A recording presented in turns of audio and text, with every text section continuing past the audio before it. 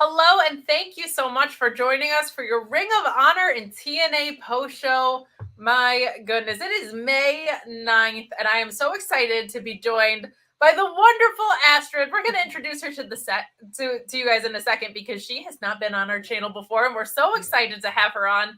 But before we do that, we are going to get into some orders of business like we always do at the top of the show. We're going to ask you to get into your super chats if you have anything that you want read on air or any questions that you would like to ask us. We're going to ask you to leave a thumbs up on this video as well. It helps people find us in the algorithm. And this is the little show that could. It's two programs that are behind paywalls, or at least on stream and not on cable. So it really, really helps us when you guys go out of your way to leave a thumbs up. Leave a comment too. Let us know what you think of Astrid's debut on this channel. You guys are going to be in love with her by the end of it. I can almost guarantee it. And let us know what you're thinking about Ring of Honor. Let us know what you're thinking about TNA after their Under Siege special into this episode. And we're, of course, going to remind you to subscribe to FightfulSelect.com, where we broke the unfortunate news about Wheeler Yuta, who has been out with concussion symptoms for months, dating all the way back to January 10th when he had a match on AEW. So we have not seen him in the pure picture in a very long time. They're going to have to make a judgment call at some point what to do with the belt. Reminder that, like, he kind of got that belt because Shibata was out with an injury, and now Shibata is back. I'm going to say strap up Josh Woods is the easy answer, but more important than that, we just hope that Wheeler Yuta gets well from those concussion symptoms. Always scary when you have stuff going on with your brain and it's taking a while to heal, but we saw it with Adam Cole. We saw it with Adam Page. We've seen it all over the place. So best thoughts and healing to Wheeler Yuta. You can check out more on FightfulSelect.com. Most injury news goes on the free tier over there too. We just want to be abundantly clear that injury news, any news to do with sexual misconduct, including the sex trafficking investigation, releases, that kind of stuff always goes on the free tier because it's just kind of icky to pay well. In addition to that, the subscription tier for the $5 tier gets you absolutely loaded with all the scoops you could possibly want, as well as additional bonus podcasts. You get Sean's Q&A, which I always put over. You get me and Alex Pulowski being absolutely unhinged behind the paywall for pay-per-views as well as Raw episodes. And we also have our Discord there where I was hanging out doing an ROH Q&A from 6:15 up until the show. And then the show was so short, I said, you know what? I'm going to stick around and watch with these guys because I can just rewatch anything that I missed if I missed because I was too busy chatting. So head over to the Fightful Select Discord and get into a less toxic environment to talk about things if you are sick of hearing my boss and cheese be a hot topic of conversation. So we're going to dive in shortly, but before we do that, I just wanted to welcome Astrid to the channel. We haven't had her on here before. She's doing great work on her own channel, incredible work at Body Slam. She's got her little @ right there. You can go in and follow her on social media. But Astrid, feel free to tell people what you're up to these days. You had some really great interviews come out recently, and I just wanted to give you a chance because we hand this right off to the TNA crew, and we don't usually get a chance to do a ton of plugs. Yeah, I'm working a lot with Body Slam. I've had 3 episodes of my series Astrid is coming up on that are already on Body Slam's YouTube channel that are uploaded, and then they get uploaded later on my YouTube channel too. So far I had the Real Deal, Say the Steel, the Stunner Emily J, and even recently that we got the top tier Jasmine Allure, and more coming up soon as well from that hopefully. But yeah, a lot of writing and a lot of like interviews going to Body Slam from that. And usually I do a podcast on the side with that I'm mostly on my YouTube channel as well. Very cool stuff. Be sure to check out those interviews and her work at Body Slam. She did a great piece a while back on the AEW women's division, which has since turned a corner, which is really refreshing, but some very sound criticisms in there. We got Ricardo saying, hi, Kate. Hi, Astrid. Nice to meet you. Well, thank you, Ricardo, for always being so supportive.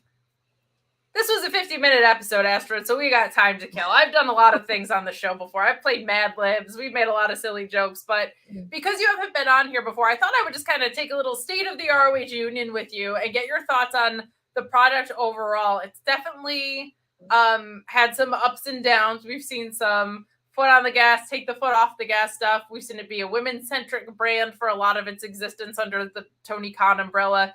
But what are your feelings overall as far as the growth of it and kind of where it is right now? It almost feels like a roller coaster because I went to the Ring of Honor tapings in Orlando when they revamped it. So I was there for one of them. And I like how nice it was. And I compare it to what's happening here all the time because they just had a nice setup and everything was so cozy and like it felt very intimate in that aspect.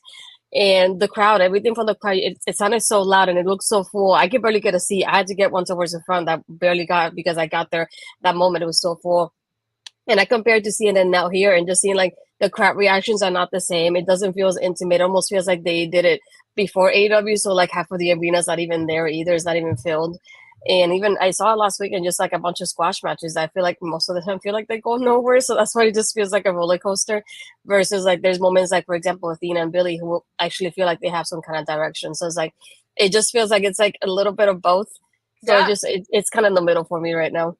It's definitely all over the place. And to your point about those Orlando tapings, it was so nice too because they had no choice but to think months out with creative because they were taping in batches. So you got like storylines that were forced to have logical progressions because they were forced to kind of sit in that time period where they were taping so far ahead. So I'm with you. It is kind of a bummer that these crowds are there to see AEW and not ROH. That's something that is very obvious between the pay-per-view crowds and the weekly TV crowds, right? Like the people going to a pay-per-view are there to see Ring of Honor. And so if you only watch the pay-per-views, you think ROH is like the hottest product in the world, but not always the case on the weekly tapings, right? People are there to see AEW.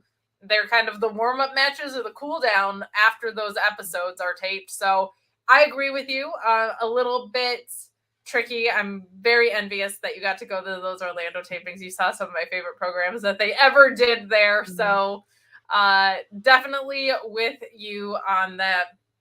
We get some love coming in from Jan Beard, who says, shout out to Sky and Rachel Ellering and every female wrestler out there. Also, I don't think Joel Casey believes in Joe Hendry. Well, we're going to let him address that. I'm actually going to leave that chat in addition for him. But yeah, unfortunately, a really ugly part of what happens sometimes is that Sky Blue and it sounds like Saraya were harassed pretty intensely by somebody in the front row, and to the point where other fans were yelling at him, which tells me they were being very, very gross about things.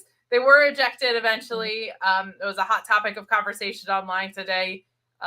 I'm very thankful that I get to work at a place where I feel very safe and comfortable in wrestling media. It's unfortunate that, and it's not lost on me, that not everybody has that security and that safety, and certainly not in the actual wrestling world, not the wrestling media world, but wrestling in particular. I don't know. I wouldn't mess with someone who's dating Kyle Fletcher, though. I feel like you could probably kick that guy's ass to Tuesday. So really, really, really unfortunate stuff. Nobody deserves that. I don't care who they are, what gear they're in, if they have an OnlyFans, any of that nonsense that people will spew. Really, really unfortunate thing, but glad that they were removed. A shame that they're a father. That's gross. Don't need those people procreating and teaching kids poorly. But some more love from Tim McFowle saying that money for women in wrestling, what happened with Sky is unacceptable. Women's work, whether it's in the ring, on the mic, on podcasts, or anywhere else, needs to be respected. Thank you, too, for representing. Well, thank you for the support. It's very much appreciated. And,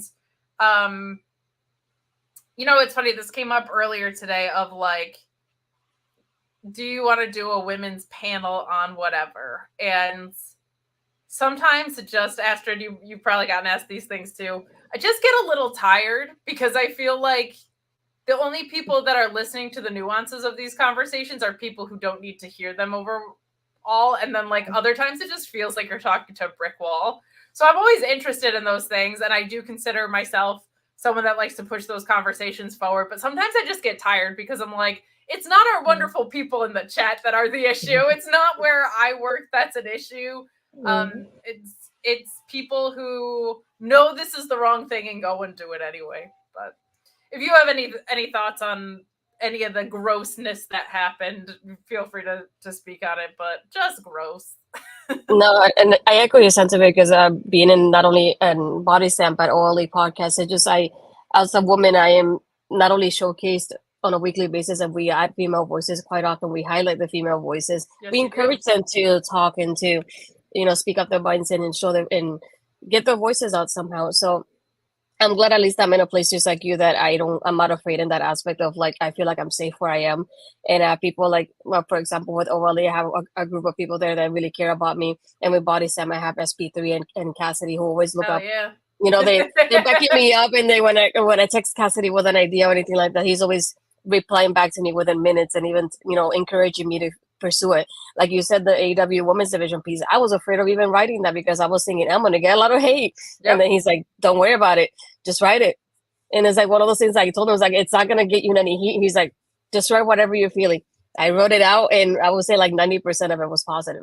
And I legit like cried basically from every feedback that I got that day. So it really encouraged me to keep going and keep trying with my writing. And even as a woman seeing this today, I'm glad that I have people like not only that I work with, but even friends and people in the community that felt the same way I did. So I feel like I didn't have to say much because they said it for me. I could just reshare what they said because we felt the same way. But it's just one of those things like, if you don't tell the guys what to wear, why would you tell women what to wear? What's different from both of them? There shouldn't be. And this is one of those things like, especially if you have a daughter, a wife, you have your mother, your grandmother, you have a female in your life, and you're going to tell her what to do. I don't think that it works that way. So it's like you have to realize that women are going to be who they are no matter what you say. Yeah, I mean, Norma's saying, shout out to women. I have 4 sisters. F that guy. Yeah. Yep. I agree with you too. And I'll take a moment to reiterate that SP3 is one of the kindest people in this space. And Cass was the first person that reached out to me when I started at Fightful. And just was so kind to me and made me feel so safe because I was very aware when I started in this space of those challenges and the way that women can get treated by people. I never assume the worst about people, but I am always cautious in my interactions. And he, from the moment I started here, was so welcoming and warm and kind. And yeah, he'll mess someone up if they try and mess with you, Astrid. So you're in good hands there with the Body Slam crew. Some very good people also doing great work for women of color, especially too. I love seeing them in your rotation. Really, really great. Really, really great stuff. But let's dive into tonight's show. It was a 50-minute show. So I told Astrid before we went on, it was like, we're going to have a lot to vamp about today, but sometimes that's fun. I kind of like when we get a little bit of openness, but we do start with this Matt Taven and Mike Bennett promo. They're cutting a promo on Cool Hand Ange and Daddy Magic, who came hunting last week in this cold open. Why do you have a rest of the tag division if the tag champs are just jumping in on 2 guys who made it known anyway? I love 2.0. I love the 2 of them. I love that Cool Hand feels like he has something to fight for being a dad. Some harsh words from Taven and Bennett about being a letdown to your unborn child already. Yikes. Harsh stuff, but I feel like, why aren't we giving the infantry those shots? Why aren't we giving the Iron Savages those shots? Are the Iron Savages actually a trio with Jack Jameson? Nobody can answer that for me.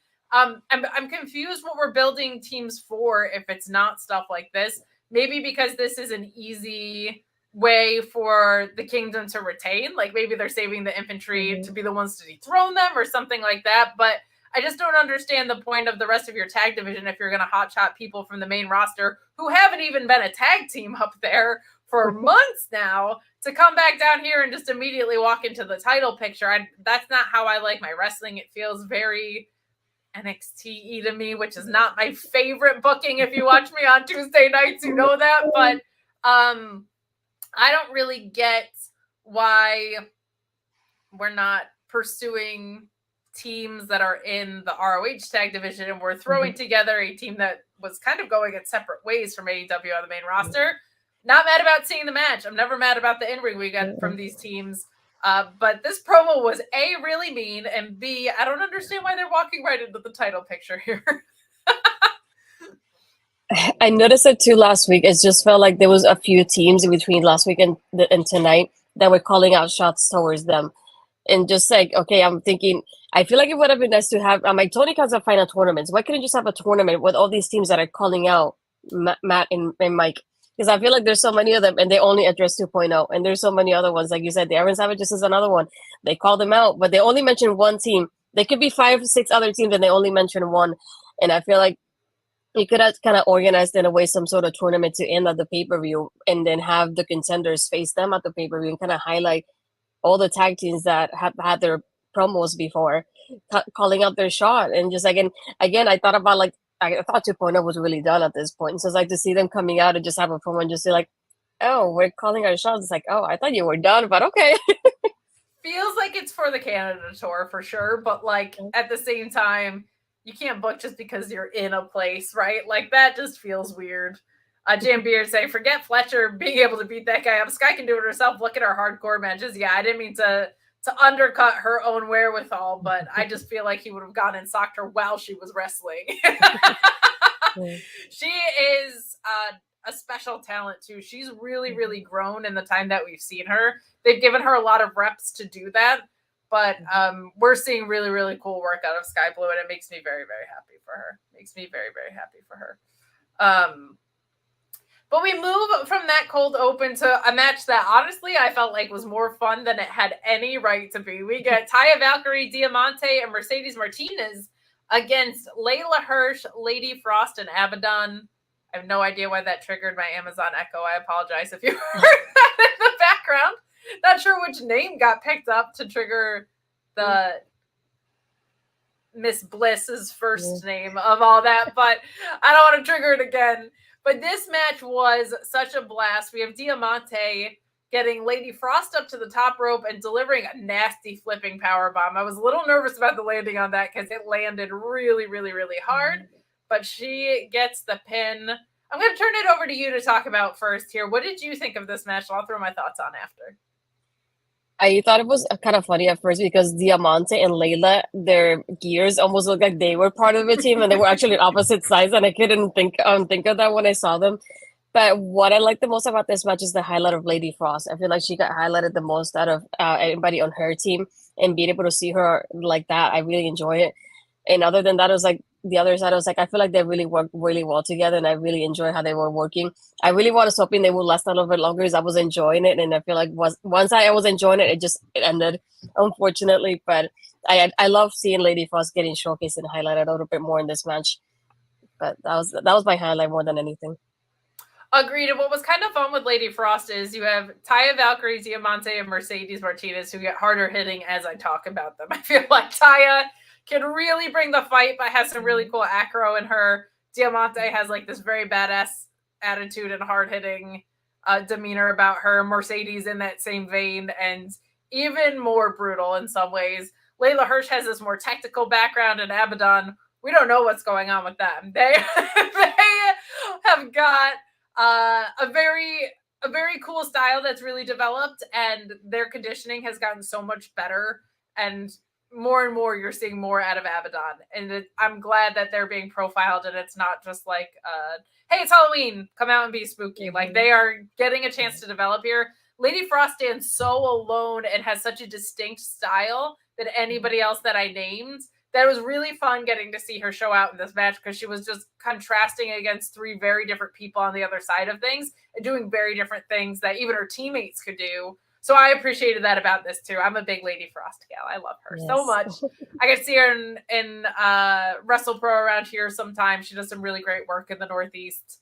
The Queen of Murder Gymnastics, as she is called, doing some great work in this, but a really fun opener. This one was also taped at Daly's place, so we did also get that aspect in this episode of the split broadcast. But those Daily Place energies are so much fun, especially when there's some daylight still out there. It's a really good time. Yeah. But we move on to Anthony Agogo defeating Zicky Dice, who is back for the second week in a row, which is great to see. Zicky Dice, someone I've been a long-standing proponent of. I really love Zicky. I think he does a really wonderful job on screen. I loved him in NWA. I felt like he was drastically underutilized in Impact, now TNA. And then since he moved on from there, he hasn't really gotten the same momentum that he had, unfortunately.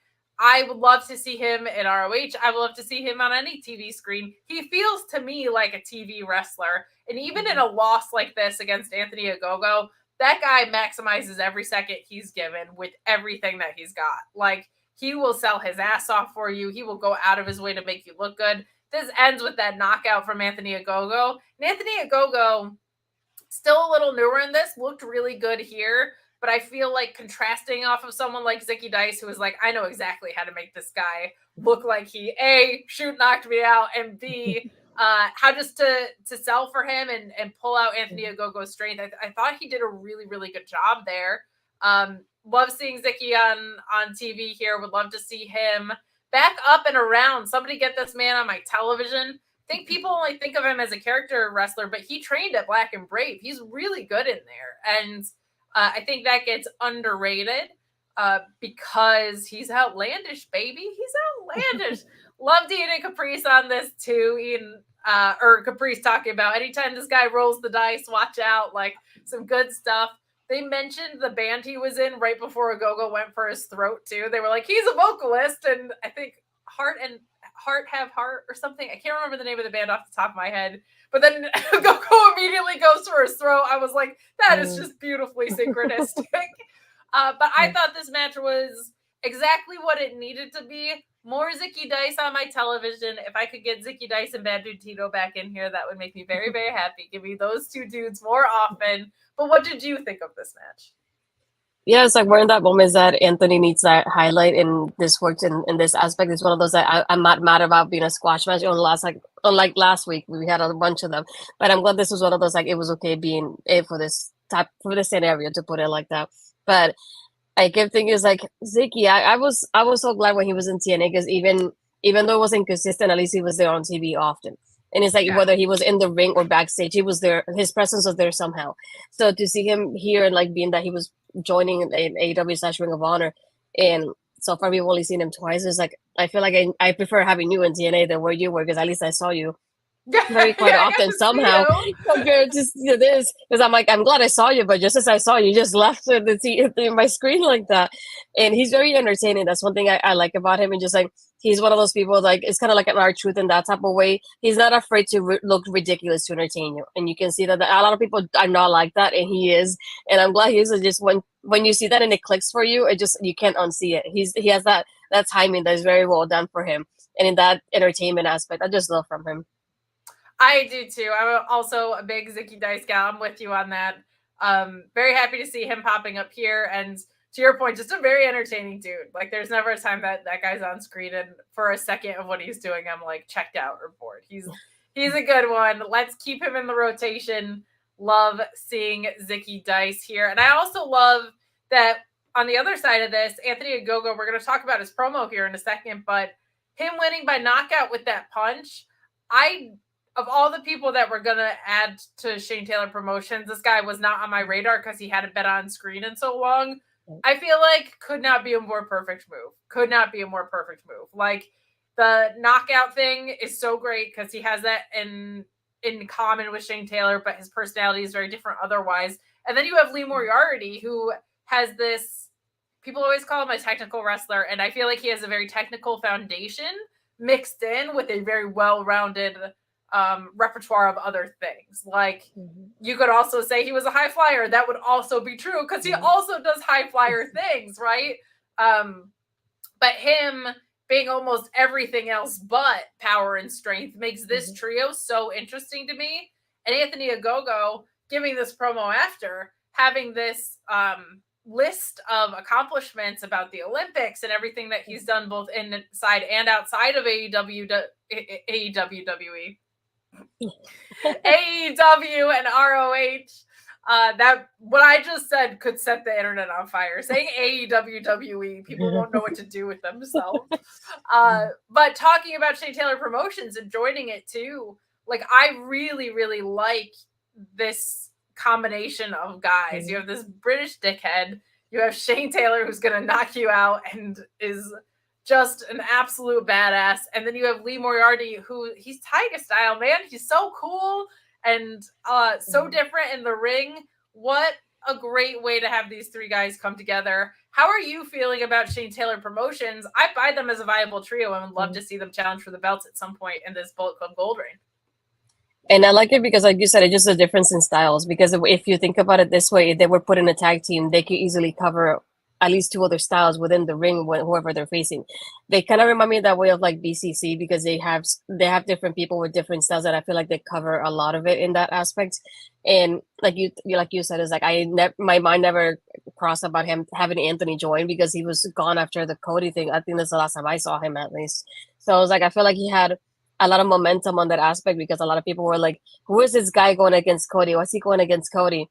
And then everything happened with Cody and it went downhill from there because we didn't see him after. So I never would have thought about him joining whatsoever. I just hope that they get highlighted a little bit more often. And I would like to see them more like tag team and trios matches and to see what their style is like when they're together because they all have different styles versus whoever is on the other side. So that's something that I'm looking forward to seeing more often from them because I like the presentation from them so far. I like what you said there because that was one of my favorite things about House of Black was like, it still is that Malachi Black feels so different from Buddy, feels so different from Brody. And I feel like Anthony Ogogo feels different from Shane Taylor, feels different from Lee. So it kind of paints the picture in your head that if you're on the other side, you can't really prepare for anybody because you just don't know what's going to get thrown at you. So completely with you on that. Well, we move on to this promo from Rachel Ellering that gets interrupted by Maria Kanellis. And Maria Kanellis, how dare you? Okay? How dare you? Because Rachel Ellering is just talking about how, you know what, from kind of the bottom and going back to the bottom, you can only build back up. Kind of the positives of where she's at. If you have nothing, you can rebuild everything, right? And then she's interrupted by Maria, who says the most hypocritical things for everything she's been fighting for her entire career. Maria, we've seen you. We know who you are. She talks about the tournament that she created. She talks about everything she's done for women's wrestling. And she says out of all of that she's learned, and I'm not kidding, women's wrestling can't sell. And least of all you, Rachel Ellering, with what you've got. Maria Kanellis. That is not nice. And I know you're not very nice because I've seen your tricks before, Maria Kanellis. But this, you're literally undercutting your own accomplishments. This conclusion that you've drawn from all your hard work, I don't buy it, Maria Kanellis. This whole brand is a women's wrestling brand now. And Rachel Ellering's an important part of it. Realistically, I loved this, actually. I think this is an awesome turn for Maria. She has her little boys, right? I like her getting mixed back up in this, and I feel like she is somewhat underutilized, and I'm not saying that she's underutilized in the angles that she's in. I mean as a force in wrestling. Why she's not out there doing PR for AEW and ROH, I don't know. Anytime I've talked to her, anytime I've seen her speak about the ROH brand, anytime she's tweeted about AEW, it's about what a great place it is to work. She should be out doing interviews like all the time. They need to fill houses. Listen to this woman talk about ROH and AEW and tell me you don't want to go to a show. But anyway, this promo I think is a fun and interesting direction for her to go. I'm interested to see where it unfolds. But it was very mean. It was very mean to Rachel Ellering. What did you think? This is very, very different than anything we've gotten out of Maria before because she's the opposite, right? It's ironic because even as a heel, when she named all those things and said at the end that women's wrestling doesn't sell tickets, I didn't believe her. You know what I mean? Just like because you know what she's like. So when she said I know you. No, that doesn't work for me. First of all, and second of all, I don't believe a word you said because everything you just said, it's literally the reason why women's wrestling sells tickets. So it's like it's coming back to you in the end. So when she said, I definitely thought about it. And it's like, no, this is definitely no. First of all, no, it's a big no. And second, I still don't believe you, even as a heel. This is one of those moments that I don't believe what you're selling me right now because I really don't. And it's when you think about it that way, I feel like Maria in that aspect is one of those people that she doesn't get named often when it comes to women's wrestling, like as a whole, not even just the wrestling aspect, because she even said it, the fact that she was part of the Ring of Honor before everything happened, before the break happened in Ring of Honor. Part of the like having like Roxanne be champion in that tournament and having people like Chelsea come in and even having women's wrestling army. So those are things that people don't think about. Is like here's a woman starting a women's wrestling promotion and starting it like being a part of probably like the creative behind the scenes aspect of it too. And who knows what else she's done behind the scenes in AEW and Ring of Honor because we don't know everything that she does. But like you said, it's just the fact that she doesn't get to speak about it often. It feels like lackluster in that aspect because I feel like she can do more for that. And we've seen it. Like she's with her promotion and everything, we've seen it happen, and it's something like we've seen it before. So I'm sure she can keep doing it again. So that's why when she said it, I just didn't believe her at all, no matter what. Even in character wise, I just like no, I'm not buying that at all. I like that. I like that you were like, I've seen you do too much good that I can't buy the bad. If you're not going to buy the bad, it's a good reason. So I like that you said, hey, women's wrestling does sell. And also, Maria, I know that you know that. That's some good stuff. Yes, Women's Wrestling Army is the child of Maria Kanellis. That was just a really, really cool presentation for women's wrestling. Thunder Rosa also has her women's promotion, so it does sell. There's some really great promotions out there, Miss Maria. And Astrid's not buying it, okay? She's not buying it one bit.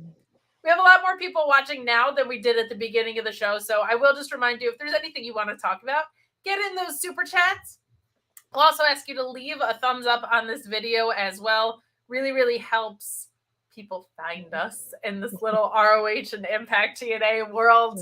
And we will also remind you to subscribe to Fightful Select. I did a Q&A on the Discord there. We talked about a lot. We talked about a ton of stuff with ROH. The second question in there was what happened to the Samoa Joe Zack Sabre Jr. angle. My heart is still broken about that on a daily basis, but we ended up fantasy booking ZSJ versus Nigel McGuinness at Wembley, which was a super fun thing.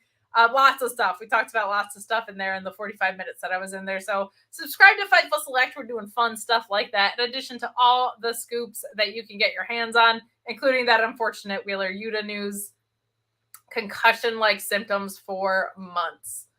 But we move along here to Kiera Hogan defeating an Ashley returning. What is wrong with me today? Returning Ashley D'Amboise. Excuse me, sorry. Very nice to see her back in action. It's been a little bit. I loved the story that we got here, which was Ashley seeming to find openings for offense, but Kiera Hogan's strength and power just not really putting her in any danger here. She's being made to stay strong, and I like that. Kiera Hogan should feel like a contender. She's too charismatic and too awesome in the ring not to. What did you think of this match? I really love that part about Ashley, that the fact that she came with a plan in mind. And when she started, she was not having Kiera with any breathers. Like, if the way I can grab you is like I keep moving and moving, and you won't have a time to even think about what to do next because I have you with something else coming up. And I really like that part. And they even highlighted during commentary too. It's like how she came and she was very aggressive and very vicious as she was going against Kiera, and she was not stopping. But once that Kiera had that opportunity, she definitely just turned the tables on her to the point that she was able to get that victory there. But it's nice to see somebody that isn't from the usual talent, because if this aspect usually in most matches it would have been Kiera taking over from the beginning and just winning the match. But I like the fact that they gave us kind of that little doubt and made me think of like, is Ashley going to be able to like actually win this match? And I like that you made me like think about it, like it could actually happen because of the way she was working the match. But in the end, obviously Kiera being the one in AEW and Ring of Honor highlighted more often, she's the one that got the victory. Yeah, and especially in a return match, you were like, oh, are they going to give her the upset win here? There were some pockets that made you think that. But I really liked this. You had a pin with a huge drop suplex in here, a really, really nice shotgun drop kick in this as well from Kiera Hogan. So very, very nice match here. Love how much women's wrestling there is on ROH. We get to say it every week. It's really refreshing. And it continues to be a very women's-centric brand. Then move along to, I don't know what this is. I need to sit in it a little bit longer before I make any judgments, because this Nick Comoroto and Jacoby Watts thing is confusing to me. He says how much he's believing in Jacoby Watts. Jacoby comes into the frame to join him, and praise be to him. Like, I don't know. Like, I just don't know. Like, I'm not saying it's bad. I don't know yet. We've seen so many iterations of Nick Comoroto. I just want them to have one and stick to it. I actually think Nick Comoroto would be great for the Jericho Learning Tree if they wanted to pull him up. I think Big Bill and Nick Comoroto and maybe someone a little bit younger would be good, but he has a really big personality. He's a big-ass dude. He's fun to watch in the ring when you let him off the rope. I think Nick Comoroto under the Learning Tree would be an ace's call for Jericho. If you're gonna make me watch that, I don't want to, but if you're gonna, at least do something productive with that angle, like put a Nick Camarado in there. But I think it could be fun. I just don't know what the hell this is, to be honest. This weird biblical thing has me all thrown off, Astrid. What were your thoughts on this? I was going to ask you, I was like, can you explain this to me? Because first of all, I'm still not used to seeing Nick in this way. I'm still seeing him the way he used to look. So the first time I saw him, it took me a moment to realize it was him. And I'm still getting used to the way he looks now, to the point that sometimes it takes me a moment to realize it's him when I see him. And then the second happens, and I just kept thinking, I hope he has more information about this, because I don't know what just happened. I really had no idea. I was like, there was nothing about this last week when I saw it. So I was like, wow, that is very interesting. I was like, I don't know if they're doing some kind of, it almost looked kind of like a cult sort of thing. And then like Nick was kind of joining him, but I wasn't sure based on the wording. I really don't know what happened here, to be honest. It is weird. It is weird. But you know what? I'm here for a little weird. I'm here to get a little crazy. I don't mind it. I don't mind it. We got some more chats coming in. Thank you, Shea Monster says, hey, Astrid. Hey, TMD Kate. It's the nicest thing anyone's ever called me. Thank you so much. Love those guys. Digging the Premier Athletes refresh. Great video packages and now a clear direction. Woods versus Chicken has some potential to be good. I'm going to cut to that real quick because I did find it interesting. We get this vignette. I really like this direction for Mark Sterling. We know he's great at the comedy stuff. We know he has this big personality and is so much fun. I like seeing a little bit more grounded approach. It's a nice contrast, and I like all three of these guys. I love Josh Woods, and I really like Tony Nese and Arya Daivari.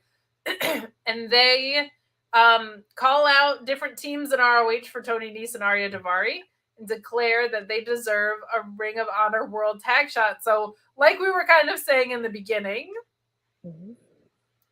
got a lot of tag teams going around. Not sure why we rebooted 2.0, but okay. And then Josh Woods saying he has his eyes on the Ring of Honor Championship.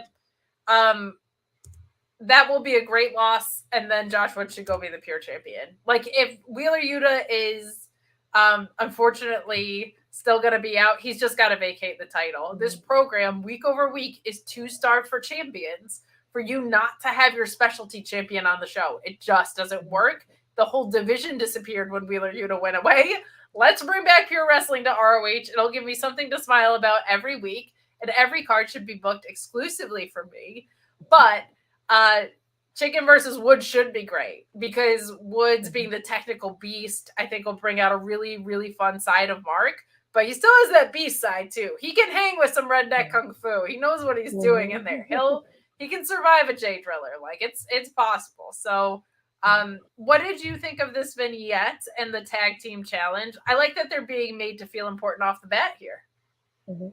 Yeah, I definitely like the highlight. Like you said, it's like I'm used to seeing Sterling in those kind of comedy things. So like to see him something serious and focused on each one of the guys. Somehow I like how he's like, this one I want them for this title, and this tag team for this title. And I like how they have, like, they know what they want, and you can see it, like they have their intentions clear within this promo. And this is what I like the most about it, is that focus on them there. And again, it's like one thing that I don't want to say it bothers me, but it does bother me about Tony Khan is like, if you know somebody like Wheeler Yuta right now, it's going to be out for a while. And it happened with Thunder Rosa too. It's like, if you know they're going to be out for more than a month, at that point, just try to vacate the title, maybe do a tournament to give everybody like a fair shot to be a champion and to still have that championship be visible. Because right now, even I wouldn't mind Josh Woods being a pure champion, but obviously we don't have Wheeler there. So I feel like that would have been an interesting start for this group to get a championship like that. And it would have been nice to maybe have a tournament with all the guys that you see that could be part of this division and give us a new champion there, because clearly he's not being highlighted at the moment. So highlight it somehow instead of just waiting for Wheeler to come back. I'm like, how long is that going to be? It's like it happened with Thunder Rosa too. We had, so long before he decided to change it. It's like, I don't know why he decides to wait so long. I would just say after a certain amount of days, just cut it off and do something else to get new champions. And I feel like Josh could be a good face for that pure championship right now. I agree with you, and especially the pure title, because it's like a specialty thing, right? It's not just like, well, our world champion is out for a little bit, but we still have a TV title and this, that, and the other. There's like a whole stipulation that sits with this. So it kind of really takes the wind out of the sails of an integral piece of the identity of ROH when your pure champion is out. Me Norma saying that Camarado needs to be in the Tony D family. Hey, I love the Tony D family over on NXT. Very fun stuff that they're doing with Luca Crucifino right now, though. So I'm good with my Tony D family being that and Nick Camarado doing what he's doing. But what is this weird Jacoby Watts thing? We will find out. We will find out. Guys, please leave a thumbs up on this video as we continue down the mountain here. We've got the Righteous and Nikki 8, Tommy Mars, and Lee on the other side of this. I hope I got those three guys right. I love when indie talent gets spotlighted on the show. I hate when I don't know the names or get them wrong. So bear with me if those are incorrect, but I think I got them right. This was very fun. It was short-lived, but this kind of should be. Like, for this trio to work with the Righteous, and I really love what they're doing, they should be extremely dominant. All three of them, pillar to post. You get Archer hitting the blackout. Anytime you use your opponent as a weapon, I'm in on whatever you're doing. That's just like a thing for me. If you use your opponent to slam a guy into another guy, I'm so in, because that's what I call 2 for the price of 1. Okay, that is efficient. That is a buy one, get one on slamming your opponents. I'm so in on that. And then you get Vincent getting the pin. This was very, very fun. I really want to see this trio versus Bullet Club Gold. I don't want to see it for another 5 months because I want them to be the ones to take it off of them. I know people are like fantasy booking the Elite and Shane Taylor Promotions or whatever. You want to make a badass trio that deserves it. Lance Archer, who has been there a very long time and never really gotten his due, does great stuff in New Japan, so I get it. If you go away and come back a lot, like, it's hard to get you on a track. But he does wonderful work. And the Righteous are awesome. They've been awesome in ROH for a long time. They have a really, really special place in, like, spooky weirdo world, and that they're not supernatural, but they have this kind of delusional thing about them. I love this trio so much, and I want the best for them. But a dominant win here. What are your thoughts? The other thing, I wish I would have put at least the nameplates for the people, because, like you said, I like how indie talent gets, we get like them having showcased, but I like to know who they are, and it's like not even having the nameplate, and they kind of debated on what the names were too. They weren't even sure at the beginning. It's like, that doesn't help me. I like to know who the people are on the other side, even if it's a squash. I really don't care, because who knows if we'll see them later down the line. But again, this is one of those instances that the squash, it really does work for this team. Especially when you get like the guys that are like obviously quite smaller than that, it does make sense for them to beat them up as fast as they did. Really excited for them because I like the Righteous too, and this combination with Lance, it just feels like gold. I really want them to be champions somehow, and I'm really excited because if I got my math right, not this weekend, but the next weekend, I'll be able to meet Vincent at Spooky Empire. Now that you said Spooky in Orlando, so that's exciting for me. So when I saw this, I went, yes, this is exactly down my lane. Okay, if you guys love kayfabe, close your ears and eyes. This is not for you, okay? Vincent is one of the nicest people in the world. Like, he just is. He's so wonderful at any interaction that I've had with him. When Ring of Honor was headed to what was their final battle before AEW, he set aside tickets for my friends who have an independent podcast and me, just because they spotlighted a bunch of talent over the years. He's been so kind. And he's one of those guys that I don't know anybody with a bad word to say about him. And I just like it when people like that get rewarded with contracts or TV time or titles. And he deserves all three. I love Vincent. You're going to have so much fun running into him in Spooky Town. But okay, if you love kayfabe, you can come back. You can come back to the show. But we move on to our Proving Ground match, and I have no idea why the hell this wasn't the main event, since it was the only thing with stakes on the card, and it is held by a women's champion and a new women's champion at that. What are we doing? You can edit this show. You did edit this show. It was taped in multiple venues. Come on, man. What are we doing? But Billie Starkz versus Dream Girl Ellie, and for the love of God, can someone who's in a Proving Ground match prove their ground? It's never happened. It's never going to happen again. What is the point of a stipulation? But Dream Girl Ellie loses to just a basic neck breaker in this. She's great. And she's had some really strong showings, and I kind of wish she did prove her ground because she could still lose. It's just another title shot.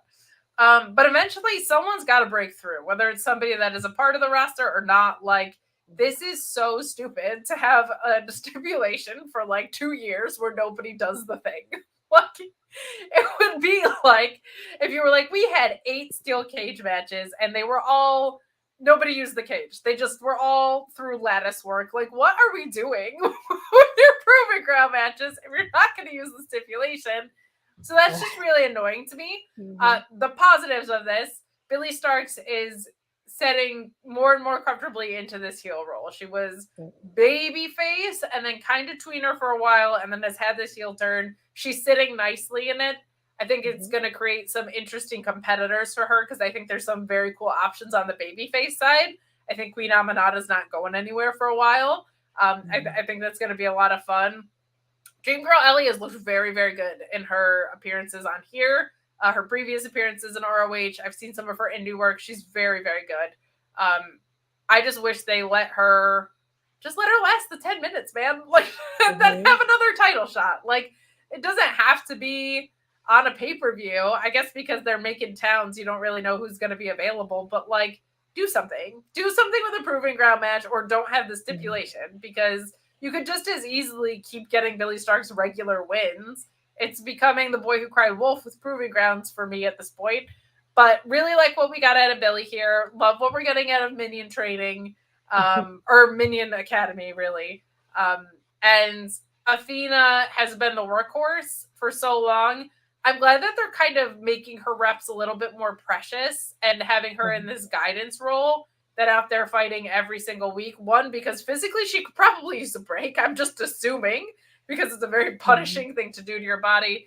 And 2, her reign is so established that you can't keep running her out there or it's going to start to feel less special. Like, you're in danger of that. So I'm glad they've kind of pulled that back. And I'm intrigued to see what happens. I think you could very easily still see Billie Starkz be the one to dethrone her. But we'll see. But going back to tonight, what did you think of our proving ground match between Billie Starkz and Dream Girl Ellie? Yeah, like you said, I like Ellie a lot too. But I feel like, for example, if you're gonna do, just to give an idea, if last week was in the Jacksonville taping, and this week too, you could have maybe this match last week, have the proving ground, have her winning, and this week she gets a title shot. You have more than one taping, and when you go to these cities, most of the time, so it's like if you're gonna have a proving ground, you can at least do one when the person wins or does a proving ground, and then the next week they get the title shot right away. And I feel like it's continuity to what we had the previous week. So just like I think it gives it a little bit more of a point, and that way you can see that person getting highlighted not once but twice. And I feel like this is one of those that I would have liked for Ellie to get that shot. I feel like it would have been nice for her to have it. And I was just disappointed the fact that it's like, yeah, what's the point of you putting that stipulation if you're not going to use it? It feels like it just feels silly at this point. And like you said, I like, again, Billie getting into more and more into this character. She's one of those, she reminds me of like Bailey in that aspect, because I kept thinking, I'm not going to believe you as a heel. But little by little, I keep buying it more and more. And it's like, give me more, because what you're giving me, I've loved so far. And you made such a great progress that I want to see more from you. And it's not at the point that I'm like, it just feels incredible, the progress that she's made. And I love it so much. And even at one point, she was talking to the referee while she was actually kicking Ellie at the same time. And I love how the visual of like doing her thing in the front, but she was doing something here too. I didn't do anything. So it just that moment of her, it feels like kind of like a little bit of what she's like before, kind of being innocent but also being a heel at the same time. So I like the mix there where she did something like that. It seems silly, but it's at the same time just a nice mixture there. But I like what she's doing as a heel. I love being able to see her getting highlighted in this way, the way she is, the way she's been with Athena. The only thing, like you said, is like I kept thinking like she was gonna dethrone Athena. Maybe in the future we'll see that happen. I feel like that will be like that exclamation point to end this whole story and wrap it up with a pretty little bow. But for now, it's like I think like Queen Aminata will be the one that's like going around the corner, and you have people like Kiera who's getting momentum every now and then as well. So those are the two girls that I kind of see probably going in the future against Billie. Yeah, this is a very strong division, and I am all for bring Athena up to the main roster, but it is crowded there right now, and you don't want to waste it, right? You don't want to bring up Athena unless you have a specific program and a spot for her on the main roster. And the other thing is, realistically, from a business side, they're in a rights renewal deal. If they're going to try and get TV for ROH, she's been the brand. She's been the face of the brand. So you're probably not going to want to dethrone her until that's secured. Because what are you going to point to if not her? So I'm with you though. I love this Billie heel turn. I loved the Bailey comparison that you made because it is like you feel so natural in this role, but getting to explore this other side of you, like let's see what that looks like, especially someone as young as Billie Starkz is, right? So definitely getting to see more and more of her showing out. But we move along to our main event already, which means you and I are going to play tic-tac-toe or some bullshit. I don't know. We're gonna figure it out. But before we do, we're going to hear from our friends at Blue Chew real quick. If you found this 50-minute episode boring, wait until you hear this read from Shaw. Hello. Do you have a limp penis? A difficulty getting it erect? Boy, do I have a product for you. BlueChew.com and the code FIGHTFUL will help fix that. Blue Chew has the same active ingredients as Viagra and Cialis, so you know they work. But they work a lot faster because it's a chewable. It's also much more affordable. Use that promo code FIGHTFUL. Get your first shipment free. Just pay $5 shipping. One of the best parts, it's discreet. No awkward in-person doctor's visits. You don't have to go to the pharmacy. It's shipped straight to your door when approved by an online physician. You want to check this out. It will help you. It is a good product. It will make your sex life better. BlueChew.com and the code FIGHTFUL. So weird. It's such a weird read. But it's just like, it'll help you. That's the serious case. I can't. It's listed in our ad reads as Blue Chew boring. Like he has like all these different ones. Our Tuesday one is all about like being developmental and whatever because it's NXT. But this one we played the boring one because it was a 50-minute episode of this show, but not a bad episode. I will say I much prefer episodes that are closer to an hour of matches that matter than 2 hours where 1 hour is a bunch of nonsense. Like I definitely prefer that. Are you the same way, or are you someone who's like, nah, just give me more wrestling. The more wrestling, the better. Or maybe a happy medium. I don't know. Yeah, I was going to say, but I can be in between because I watched it last week and it was about 50 minutes or something, 45 to 50 minutes. And it was like, 7 or 6 squash matches. And at that point, it just made me think of like, is this what we're watching all the time? This is what I'm paying $10 for? Yeah, it's just like, right? It's one of those things like we said it earlier, there's some instances it does make sense when you do a squash, like we have with Righteous and Lance, they're a powerful team. You want to make them look powerful. But if it happens like back to back and it's like 3 matches in a row and they're all squashes that end in less than 5 minutes, it's like, what is happening here? It makes me think like you don't have a plan for what's happening here. You're just learning on the fly, unless it's stuff like Athena and Billie that it's getting built up in a certain way, but everything else felt like it didn't make sense. And it's like, if I watch it, I want to be able to I feel like I'm a book lover. If to me it has to be like a story to the point, like this week I get something, next week it's a new chapter, continue it that way. And I'll compare it to my books. It's like, if you don't continue the story and you go from one chapter and you give me a pause and then you go on a different book and then we have this mixture of books together, I don't know if I like that. Yeah, no, I'm with you. Give me some context as to why these people are beating each other up in the ring, even if the context for it is just something that somebody's getting called out, or like Ethan Page was doing a lot of really good stuff too, of like it wasn't about the story between 2 people necessarily, but it did aid in an overall character arc, and that is always helpful. But our main event is Angelico and Serpentico versus Griff, Garrison, and Cole Karter, of course, managed by Maria Kanellis. You got to assume Garrison and Karter are coming for her husband's team at some point in this. But Angelico able to wrap Karter up into a pinning cradle and getting the win here. Maria very upset about this. She's frustrated by the loss. And threw Serpentico his mask back. This is all to trick and Karter and Garrison attack them and steal the mask back. A lot of mask lore going on in this angle. This was the grudgiest little grudge match. This was fine.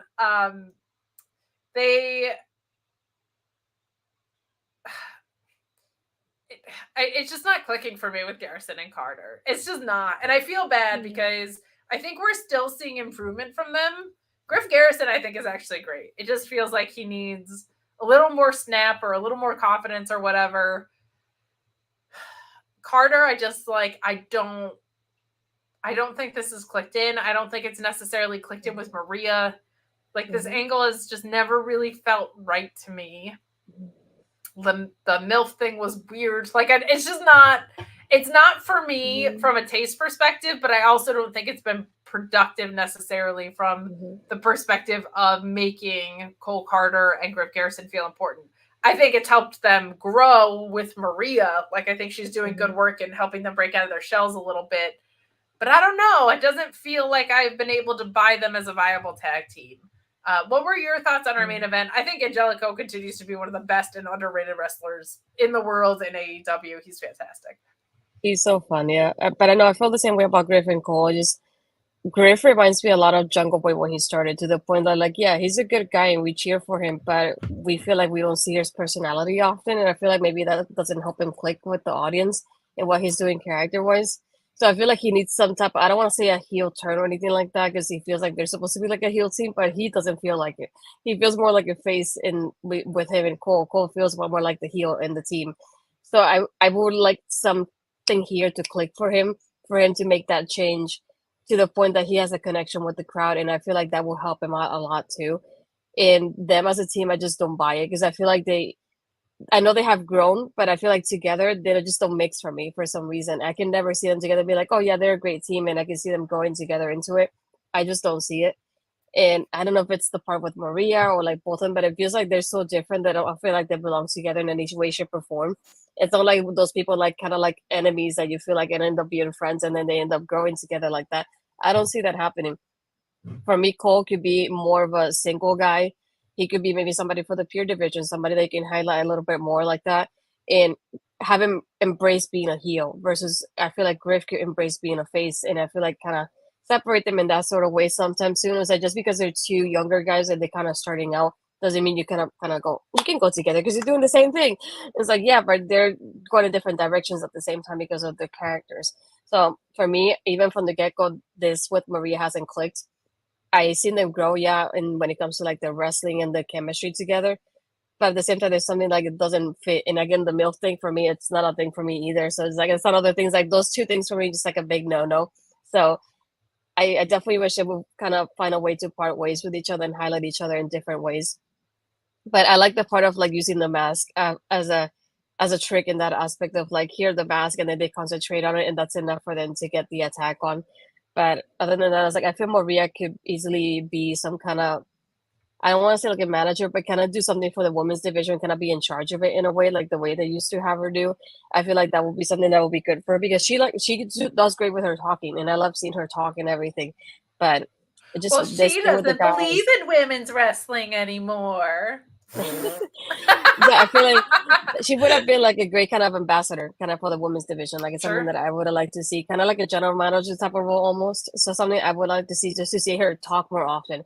But again, I was like, what are we gonna do if these two end up going against Matt and Mike sometime soon? It's like, that would be awkward. Yeah, I think that's probably what we're leading to. But I agree with you from the perspective of, it does definitely feel as though they're two singles guys that got put together rather than like we're a tag team. And they kind of haven't unlocked whatever the connection is there.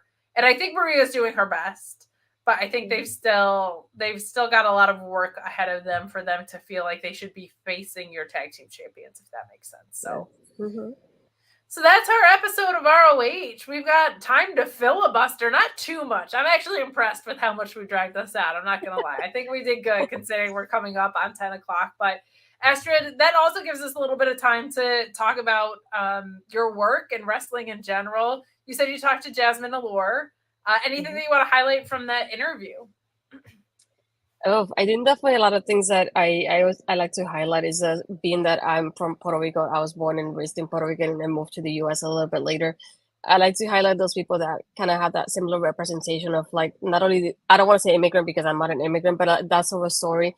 And the fact that we come from a place that is Hispanic and we have a certain culture, and then the changing culture that we have. And not only that, but representation, that's something that's very big for me. just to see, like, for example, me seeing all the Puerto Ricans getting highlighted now is something that I love to see. Like having Damian win, that was a moment for me that I cried my eyes out when it happened. So talking to Jasmine, I wanted to highlight that with her and that representation of her being a Mexican, and the fact that she got influenced a lot of people by like Sasha Banks and AJ Lee and things like that. It's like the way that women influence women, not only now but in the future too, and just nice to see that. So something that I really wanted to highlight with her, and the fact that she was in Mission Pro and she has learned from Thunder Rosa there too, her background in WoW, facing Izzy, having Izzy's first match in Mission Pro. So things like that I always like to talk about, especially about representation there. And I'm glad I was able to discuss that with her. It's not often that you get to have a similar background to somebody and talk about it like that. So it was nice to be able to talk about that with her and having those similar type of backgrounds, and the fact that we want to improve our families and we're told, go to college and do better than us. And, that mindset of like, if you go to college, you can kind of get out of where we are, improve your life. And that's how it's always seemed. And I understand where she's coming from, because I had a similar background to that too. And the fact of like, here, I'm going to take care of my family in this way because they took care of me before. So it's something like we have a lot of cultural like similarities in that too. So it's nice to discuss that with her there. That's really cool. I love that you got that chance to talk to her, and I love Jasmine Allure. I'm a big fan of hers. I would like to see her, and Miranda Alizé was another one that I felt like could jump up this division a little bit. We saw like J-Rod and a couple of other people come in the tournament, but I think those two are ready to sign a contract. Same with Hyan. There's a few that are sniffing around right now. Well, that's awesome. I love that you got to do that. We're gonna have the TNA crew on here in just a moment. Are you up on the TNA product at all? Yes and no, because I feel like I watch it a little bit later than most people, because I'm usually waking up around this time after my nap. I have long days at work and I wake up early. But yeah, I watch it often. The fact that I got my membership on YouTube, so I can watch it at that time. And when they come to Orlando / Kissimmee area, I go. So far, and they have done it like I think 2, maybe 3 years in a row at this point. So I've been able to go as media to all the shows, and I bring my dad with me because he's the one that really brought me into wrestling. So it's nice to be able to like tell him, it's like, this time I don't have to pay for it. I get it in for free. Here you go. You come with me. So it's nice to, yeah. It's always a good opportunity too, because I get to meet the people. They have meet and greets before the show and after the show, both days. So it's always nice to meet the people that I get to see on TV. It was such a time that I only went to WrestleMania and I didn't go to any like shows, and then COVID happened. So there was a moment in time that I didn't go to any shows. So I didn't get to meet the people that I was watching live.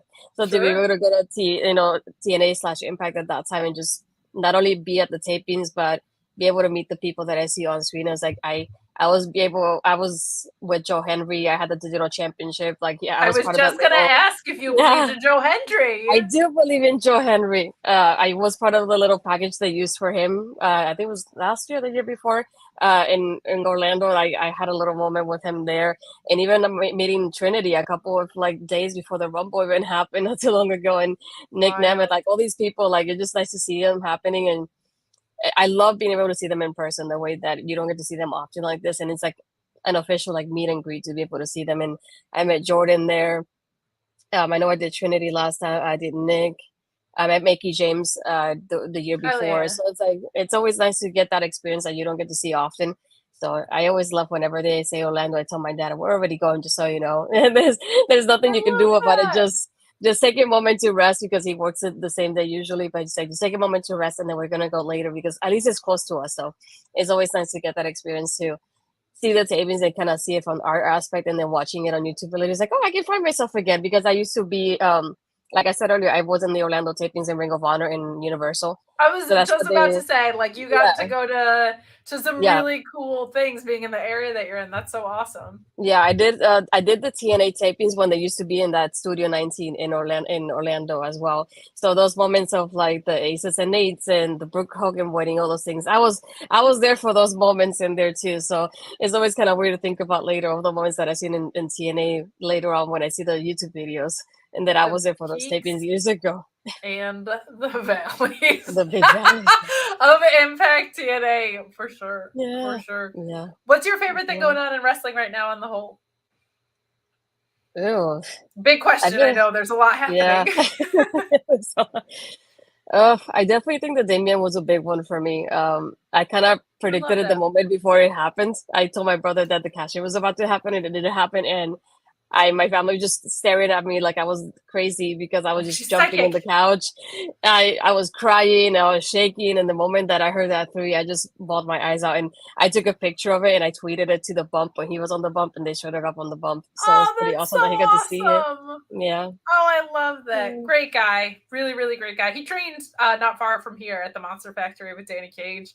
And it's very cool to see the guy that was training there and became Punishment Martinez and had that run as a baby face in WWE and all this Judgment Day stuff to cash in and get his moment is so special. And then, of course, the representation aspect on top of that is so cool. Senor Money in the Bank, right?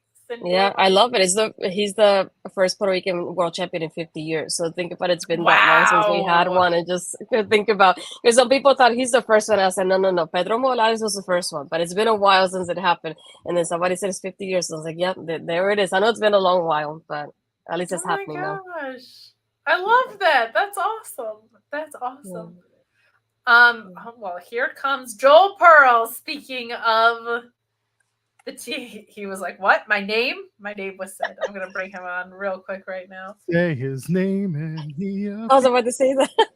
I'm not ready for camera. You always have to be ready. Joel, you look great. Your hair is amazing. Thank you. What do you think I am? Matt Cardona? Astrid, come on. I mean, close enough.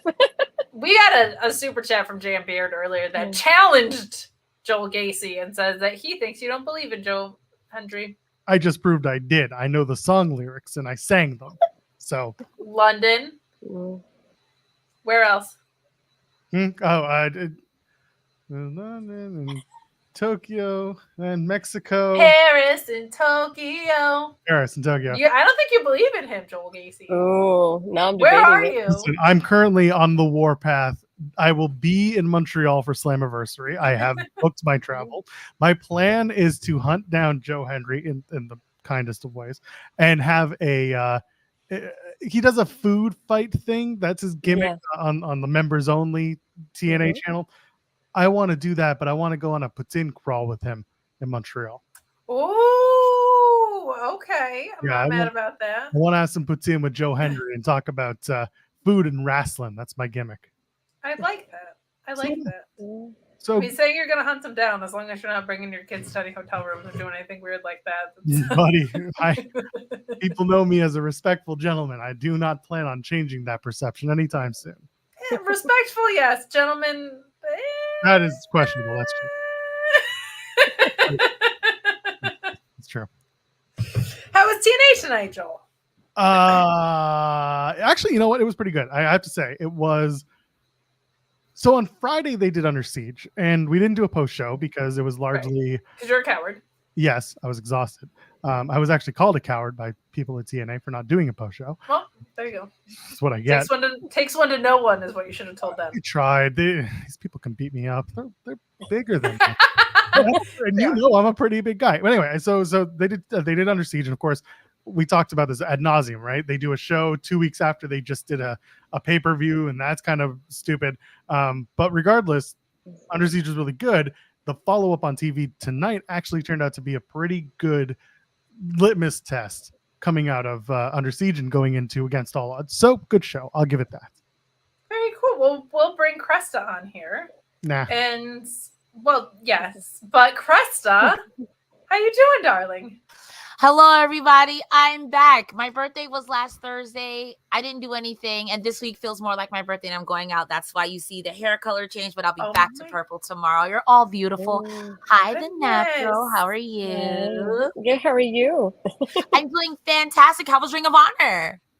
It was a 50-minute episode, but it was a good 50 minutes, so we can't really complain. But it was thin, but it was good with what was on there. Happy we decided your birthday is this week. My birthday's going to be tomorrow because that's when we're going out, actually. So if you guys want to give all the monies to Cresta Star, it's going to a Black-owned business. It's me. I'm Black-owned.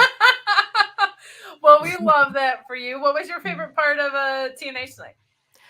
Honestly, Ali is a piece of crap, and this is some fine, fancy heel work. fine, fancy heel work. How dare you? Man. No, I mean, the utmost respect. Like, listen, he's a piece of crap in the best way. I mean this with the utmost respect. This is fine. This is fine wrestling. This is fine. Listen, Jeremy and I interviewed Mustafa Ali maybe about a month ago, and Sean Ross Sapp was on with us, and he completely he was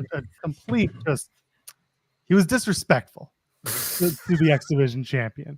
Okay, Sean, Mr. Sapp was disrespectful. Very disrespectful, and I would not stand for that from the X Division champion. And as a result, it got me a job in his campaign trail. But let's not talk about that. Those are semantics. Point is, he is on the run of his life, and he is above reproach. Well, you know what? He's above reproach. I will change my tune, and Ali, we trust. He's not a piece of crap. He's just telling it how it is, like a true, fine, fancy wrestler. Now you got it. I know this is going to be a New Japan match, but he called Lio Rush a child in need, I think, or something. And his whole promo was about like how important it is to be doing charity work and in these day and ages. And sometimes you got to reach down the card and you got to shine a little spotlight on someone. And that's disrespectful to me in this wrestling. A gifted. He said that he was a gifted child, is what he called him. My bad. A gifted child is Lio Rush. I was howling at that. My God. Listen, at the end of the day, he said the same thing about Jonathan Gresham. And now look at Jonathan Gresham. Inking people's mouths. Yo, this man is inking people. First of all, COVID, bro. Yeah. Second of all, Splatoon wants his gimmick back. Come on. Hey, listen, does your Ring of Honor have people spitting in other people's mouths and the mouth is ink and it's poisonous and it's... Well, no, because honor is real and saliva is not involved. I thought you were about to say saliva is not real. I mean, like, saliva is not real. Saliva is real. They were a great band, okay? They were a great band. Ladies and gentlemen. Did they do Ladies and Gentlemen? They did. That was one of their lesser known songs. Look at me. It was a WrestleMania song. So of course, the WrestleMania fans know it. No, come on. Click, click, boom. Click, click. It was also, I believe, in Talladega Nights. The Kings of the Spear. Oh, that song was all over. Listen, the real question is, Astrid, how was your first Fightful experience working with Kate of all people? I know. Finally, I get to do something with her. I'm very glad it happened. I learned something from my great friend Ella J. Shoot your shots. So there you go. That's why I'm here. Got to. Always got to shoot your shots. Always got to shoot your shot. I'm learning. I'm learning. Hell yeah. Look, it's a very crowded space, and sometimes you just got to make things happen for yourself. And Astrid is great, so we were very excited to have her. But we're going to throw it over to the TNA crew. Thank you guys so much thank you, Astrid, for joining me tonight. We'll be back next week. I'm looking forward to it, but we're going to throw it on over to Cresta and Joel. Whoa, that's us. That is you. Bye. I guess this means we have work to do. Cresta once again does not have headphones, I can tell. Yeah. We're still on the hunt for that. So the mute button and I will be toggling. As someone who always has a hot mic on Discord, I'm used to this. You got to use that Control D. You'll be riding the Control D all night. Hey, that's a different show. It's called Control Danhausen. Hey, that's Saturday nights. And he doesn't really appear there either. Oh, that's sad for him. I'm sorry. Anyway, how you doing? I'm doing splendid. I'm having a great Thursday. This was a good episode of Impact. I had a really crappy week, but you know what? We're turning it around. Delulu is a Salulu. And if I learned anything from wrestling, sometimes I just got to be somebody else. Woo! Well, you're right, actually. But you know what? I'm glad you're back. I missed you. I missed you too, Joel. This has been too long. We have to celebrate in real life. I'm going to get my passport and I'm going to go to one of these TNA shows one day and I'm going to harass you in real life. See you in Montreal, champ. I'll be there. I'm going to Slammiversary. That's the plan. I have a lot of other plans that I will be doing that week as well. I got to get my passport first, baby. We be behind the times. Listen, man, like I said, I'll be there. You don't have to worry about me. Because for you, you can go whenever. You can go to Chicago. You can go to Against All Odds. I'm not rich. I'm not the scoops guy here at Fightful. That's Sean. Yeah, I was gonna say neither am I. I'm a guy who hosts a bunch of shows and hopes for the best. Same. I just come here and hang out. And you guys like me, and I love you. So thank you for having me. Sometimes like you say, you gotta shoot your shot. And guess what? We're coming up on 3 years of me working here at Fightful. That's crazy. Have we really been doing this show for 3 years? I think so, because last year was 2 years. If my math is mathing, it's 3 years. I gotta look that up. It's very possible. We're starting our 3rd year.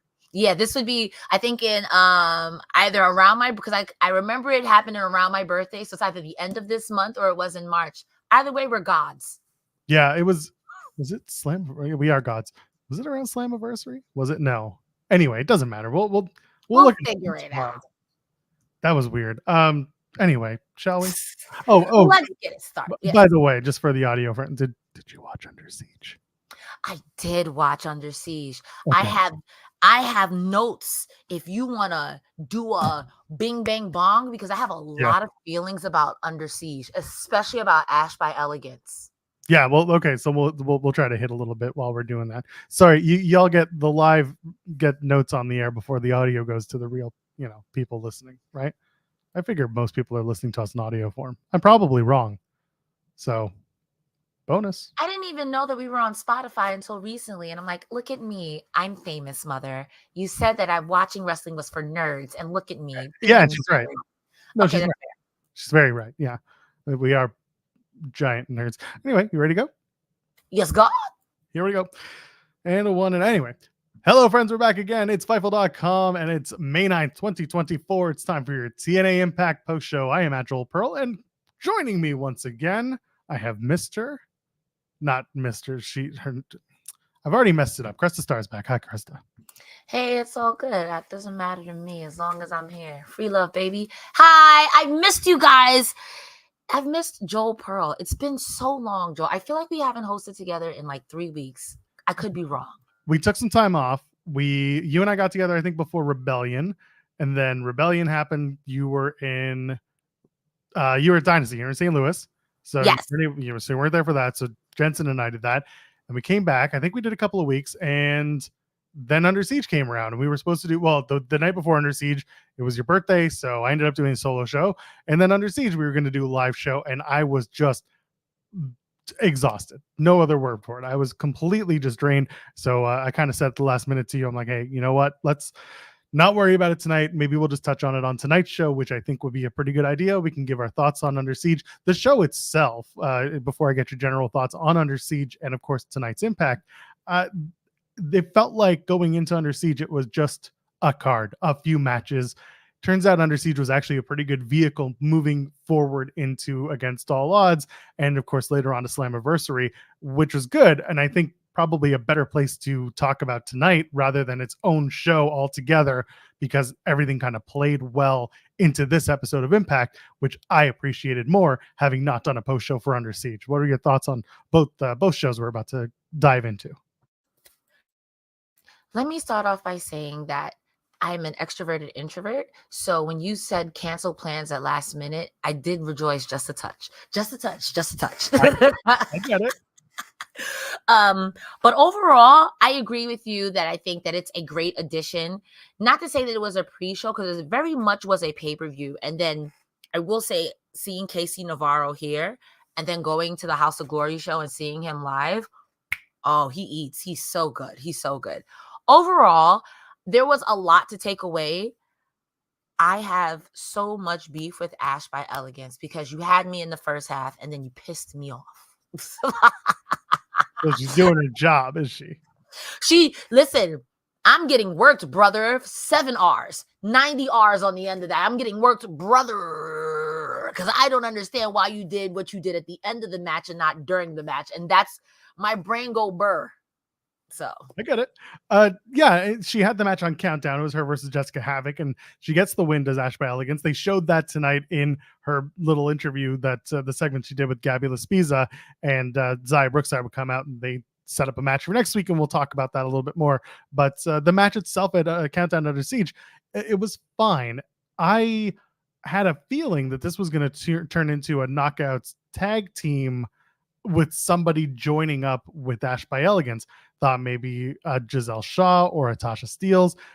Steele's more than Shaw because I knew that something was going on with Giselle Shaw's character and their revamp, and we saw that tonight as well, which we'll get into. But instead, they just had Jessica Havoc lose a match, which, you know, had some shenanigans. They did the garlic, and it was kind of comedy. But then it also showed a mean streak in Ash by Elegance afterwards, which I appreciated in the storytelling of Ash by Elegance and who she's supposed to be and how she can lose her shit on a moment's notice. But the match itself, it was fine. It was what it was. And again, we're not rejoicing that she didn't get a title shot. I think we're more rejoicing that they're letting her kind of build this character and hopefully build wins and proper, you know, matches going into it. My gripe was I feel like she did it in reverse. I get the comedy in the beginning. I guess maybe it's high camp, but I felt that mean streak, especially against Jessica Havoc. You should have done that in the ring, in the match. And I can say, okay, I see it. You may be, I'm beautiful, I'm classy, but you're also dangerous. Beating down Havoc the way you did, to me, post-match was just like, girl, where was this literally 10 minutes ago? You throwing holy water and then you're going to choke out. I get you're cheating, so you don't want to do it in front of the ref. That I understand. Also, Rosemary spitting out the holy water was funny. I'm not going to lie. But also, Rosemary, where were you at? Like, why are you letting Ash by Elegance trounce on Havoc? Why is that even happening? I had so many questions. I want this to work. I'm rooting for her. I'm rooting for you. But this made me upsetty spaghetti. I was on the floor. All of my noodles were on the floor. I was upset. Yeah, I get it. I do. We actually, you know what, by the way, if you haven't already, leave a thumbs up on the video, subscribe to us here, youtube.com/Fightful. And if you haven't already sent a super chat, get in on it. Any amount, get your question or statement read on the air. Diana starts this off, by the way, saying TNA and AAA announced a partnership at Hard to Kill, and we've heard nothing since. Before I get to the rest of that super chat, they basically had some sort of working relationship with AAA for like almost 10 years. They established one in 2012, and then they reestablished it in 2015, and then in 2018, and now they're just reminding you that there is something there. Continuing on with the super chat, would like if they did a collab show or a Super X Cup of sorts. Easy for me to say. Also, what's your favorite thing about TNA and what drew you to it? So, multi-part question. I will say that yes, they have the collab, and they actually just announced, I think it was a match at Fantastica Mania. I've got to find the match, but Rosemary's a part of it, and that shocked a couple of people because Rosemary's last experience in AAA wasn't a very good one, and that actually brings me to a conversation you and I had offline regarding Sexy Star at House of Glory. So, at Triple Mania, that's where they're doing it. At Triple Mania, it's going to be in June 15th. It's Havoc, Tasha Steelz, and Rosemary taking on Maravilla, Flammer, and La Hiedra. That is surprising to see Rosemary back, but kind of understand what they're doing. Love to see a Super X Cup come back. That's a Mustafa Ali thing if they're going to do it. But your general thoughts about doing a collab show between AAA and TNA. I would like to see luchadors win in TNA one time, just one time. I mean, Laredo Kid is champion, so you know, I would like to see them win. So I'm excited for this. Like you said, our conversation offline with the Rosemary and her last interaction with AAA. I think if an apology, if you feel like you still owe one, because she's been said it's cool. Not saying she get it, not that it's cool, but you know, it happened, you know. But if this is welcome back, thank you, we're sorry, let him do it. Also, yeah, it was Sexy Star. I feel like, well, first of all, she doesn't work for that promotion anymore. Second of all, there could have been some apologies made, and she may have decided that she's going back because she wants to, and maybe her tag team partners also wanted her to go. So we'll find out. We'll dig in more, but I don't think there's really much to it. And then the second part of the question, what's our favorite part about TNA and what drew us to it? I'll let you start with this. What drew you to it? What drew you to TNA? I'm tongue-titled tonight. It's done. You're drunk with tiredness. I got you. This is a long one, so you can take a breather. So it's two-part. So I was doing the wrestling thing, and Sean was looking for someone to cover the TNA show, and I had seen bits and pieces of the TNA show, and admittedly, I was on my Kendrick Lamar. TNA sucks. Like the Undead Realm, I don't care. Wrestle House, who shot Johnny Bravo? this is weird. But my little brother said, you better watch what you say about TNA because TNA used to be the shit. So he then showed me the Steiner Math promo. And I was like, this is the greatest thing I've ever seen in my entire life. Then I started working at TNA. Not TNA. I wish, knock on wood. Come on now. I started working at Fightful. So watching it every week, I grew a respect for the in-ring competition because I'm watching WWE and I'm watching AEW. And I can honestly say that the in-ring competition at TNA does not get talked about enough because this is fine wrestling. I never have to go in and say, this match is a stonker. It might be a squash, but I never have to worry about the in-ring competition. I also like the diversity of TNA. I can literally see Joe Hendry ask someone to get fired. And then also in the next match, see Sami Callihan try to kill someone with a Cactus Driver 97. That's duality. I'm not getting that everywhere. I like the variety. And again, like, I'm not seeing people like Josh Alexander everywhere, like Jordan Grace everywhere, like a Deonna Purrazzo, Rosemary. There's so much diversity in their knockouts division alone, bro. I have such a respect for TNA. I will cap for TNA. It makes me go back and watch old matches of AJ Styles. I can see why people ride or die and they say we're the TNA faithful. It's a great product. I wish people would just watch it and give it a chance. Yeah, there are things that stink about it, but every wrestling company has things that stink about it. But TNA, I think, that's the underdog. I'm rooting. That's my little brother. Like, I'm rooting for TNA. Everything about it. But also, again, my Joe Hendry is a piece of crap. How do you ask someone to get fired? It's good stuff, though. This is a great segment. My TNA fandom is I followed them from the get-go because I was a WCW fan, which is weird because I'm a Canadian. But I grew up watching WCW on TSN, and then WCW obviously folded and WWF bought them. I followed them to the pay-per-views, the weekly Wednesday pay-per-views, and followed them through the Fox Sports years and the Spike years and all that stuff. And then they had a billion other channels that they ended up working on. It was Pursuit, and then it was Pop TV, and then it was Twitch exclusive, and that's this. And at one point, myself and Steven Jensen on our Twitch channel, twitch.tv/FightfulGaming, we were doing live watch-alongs because Impact at the time were encouraging it. They were asking you to live stream it, and then they eventually locked it down to the TNA Plus, or at least the TNA special YouTube membership deal that they've got going now, and that put an end to our watch-alongs, unfortunately. However, getting to keep up with it has been more of a joy than a struggle. When Anthem bought them, that became a point of pride for me because I'd followed the company for so long. I'd followed TNA and Impact for so long. And Anthem is a Canadian company. They're literally 20 minutes down the road from where I live. So I was able to now cover them in a different light with a Canadian pride on it. And also, I went to Bound for Glory that year in Ottawa. Like, I made it a point to go to that show with my friends, and like we sat ringside in the whole nine, had a good time. And yeah, it was just something I always felt like I enjoyed watching. It wasn't perfect, believe me. There were some years where I was like, this sucks, Impact sucks. We got to get out of here, man. They're not gonna pay anymore. But yeah, I've just kept up with it. They're just solid. They deserve to stick around because, death, taxes, and TNA lasting forever. That's just the way it is, right? Honestly, truly, there are a few things that will survive an apocalypse. And as I say, y'all should put more respect on TNA's name, because when WWE and AEW go under, you'll be back. You'll be wishing you had the six-sided ring. You were wishing you were singing his name and he would appear. You'll be back. Joe Hendry buys AEW and WWE. And changes all their theme songs to say his name and he appears. I own every wrestling. Impact opens tonight with the System Celebration. The Albany Firewolves lacrosse team cheerleading squad do a dance intro, which was just hilarious to me, but at least they did some integration. Under Siege, going back to the show, the main event was kind of a mishmash, right? You had Speedball Mountain and Matt Hardy teaming up to take on Edward Edwards, Brian Myers, who are the tag title champions, and Moose.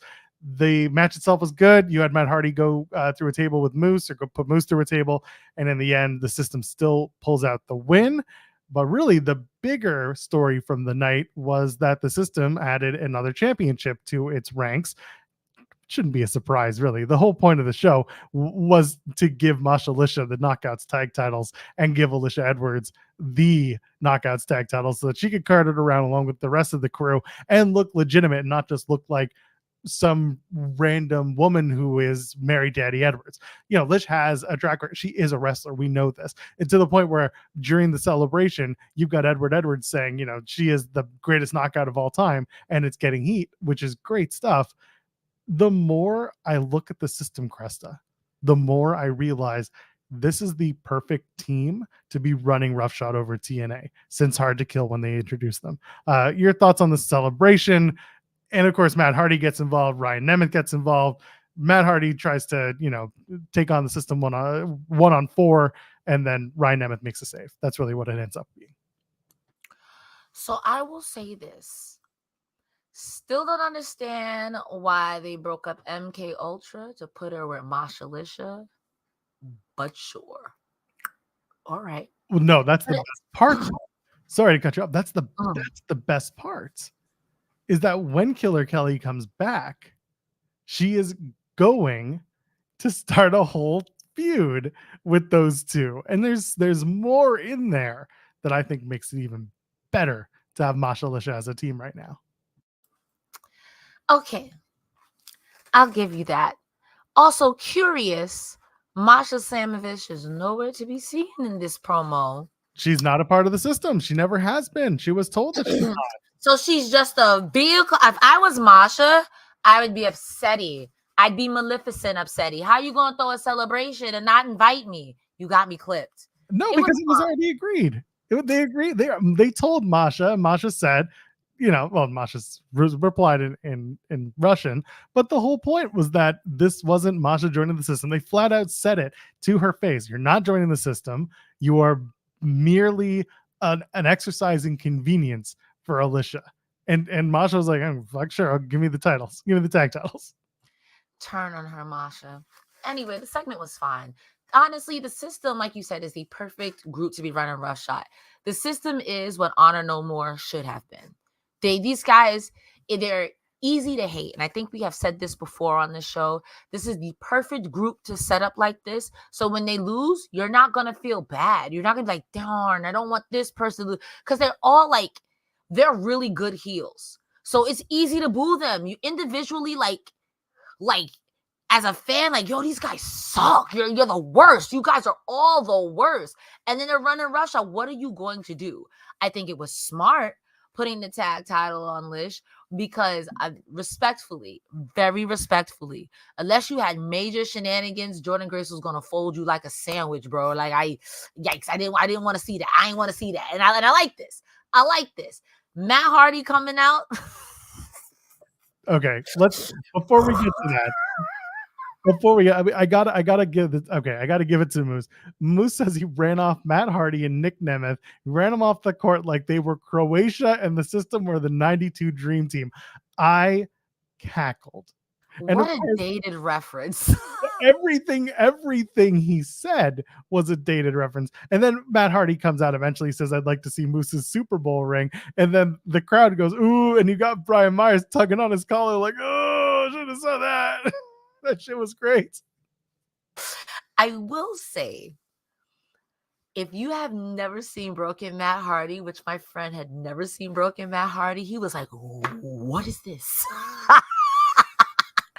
I think Broken Matt Hardy is so stupid that it's funny. This is camp. This is peak wrestling camp. When they say sports entertainment, this is the entertainment part. I liked it. What is Ryan Nemeth doing in the Impact Zone? I'm here for it. I think the Impact Tag Team division could use a little sprucing. I think both tag divisions could use a little sprucing. So if that's what brings us to it, that's great. And also, I want to see Brother Nero. I want to see how far we go with Broken Matt Hardy this time. Because I wasn't here for the first time, and I'm here for the shenanigans this time. So we'll move forward in a second. I'll give you my thoughts on where we're going with this. But yeah, Lish doing the accent jokes again, that rules. Talking, I can't understand you, Matt Hardy, because of your accent. And then Matt teasing Rebby Hardy's going to come after Alicia Edwards, which is something I want to see. Honestly, there are 2 wrestling wives who I respect, and I will never look in their husband's direction disrespectfully. And that's Rebby Hardy and Brian Cage's wife, Melissa. I want no beef. Respectfully. Respectfully. When he said, "Be quiet, Snow Witch," I was like, ah! You can add Randy Orton's wife to that as well. You know what? I will look forward. I'm looking forward respectfully. Good idea. So yeah, Matt Hardy comes out. He gets beaten down by the system. Ryan Nemeth makes a save. They're backstage with Santino and a few minutes later, and they basically accost Santino, does the system, and he's like, "I'm going to make a huge monumental announcement." And then later on towards the end of the show, he makes the announcement that they've already taped the match and they promoted it. But either way, it was a champs versus all-star match. And then he has that Josh Alexander's not medically cleared. Josh also pulled himself from all indie bookings in May, so we hope he gets well very soon. He said it's precautionary that he's not injured. It's more a preservation thing. So we hope whatever he's getting checked out gets cleared. He's okay, but he will not be a part of this All-Stars match. So he wasn't part of the tapings. The match is the system. So you got Moose, Myers, and Edwards taking with Masha Slamovich and Lisha Edwards and Laredo Kid and Mustafa Ali and Jordan Grace. They're going to take on the team of Joe Henry, Spitfire. That's Danny Luna and Jody Threat, Ryan Nemeth, Eric Young, Steph DeLander, Matt Hardy, and Sammy Callahan, who I assume is filling in for Josh Alexander, given that it feels like, taking a look at this, Joe Henry's probably going to go after Laredo Kid in the Digital Media Championship. Spitfire is going to go back after Masha and Alicia. Ryan Nemeth is probably going to get his brother back to go against the system in a tag team match against All Odds for the tag titles. Eric Young is in there. Eric and Sammy are kind of the weirdos here, but Steph DeLander and Jordan Grace feels like it's happening again. Matt Hardy and Moose feels like it's happening again. That's the one thing. I don't know if they're going to do Eric and Josh against the system, or if Ryan Nemeth is going to do something else. It's very strange. Ryan Nemeth going for the X Division Championship isn't happening because we're finding out what happens at the end of the night, how that X Division Championship is just going to happen. But what were your thoughts when they announced the Champs versus All-Stars match for next week? I started playing Baldur's Gate again, so I'm like, wow, this is a 6v6, 7v7. We love this. You got a berserker, you've got a bard. This is great. Honestly, I'm excited for this. It sucks that Josh Alexander's not in there. Get well soon. I think that him taking all the time that he needs is very important because I do enjoy him as a wrestler, and I can't wait for him to come back and give back slobber knockers. That being said, this is going to be a hot mess, and I cannot wait. It's going to be good. This is going to be a fantastic match. Everything you said lines up until you, like you said, you get the moves. Are you running it with Matt Hardy again? Are we doing Nick Nemeth? What are we doing there? But I think that's also exciting that we've got so many players now in the main event scene that there's no clear, this is who is going against this person. Like, just for the men's in particular, like you said, Steph DeLander, Grace seems like that's happening again. The system and the Nemeth brothers could be happening again, but there's also, hey, I don't want to sign. I don't want to not sign. I don't want to tag with my brother, and maybe the brother's not signed. You know what I mean? So I'm excited for it. I think we're going to get a lot more storyline going into this, and against all odds, the card is going to be fantastic.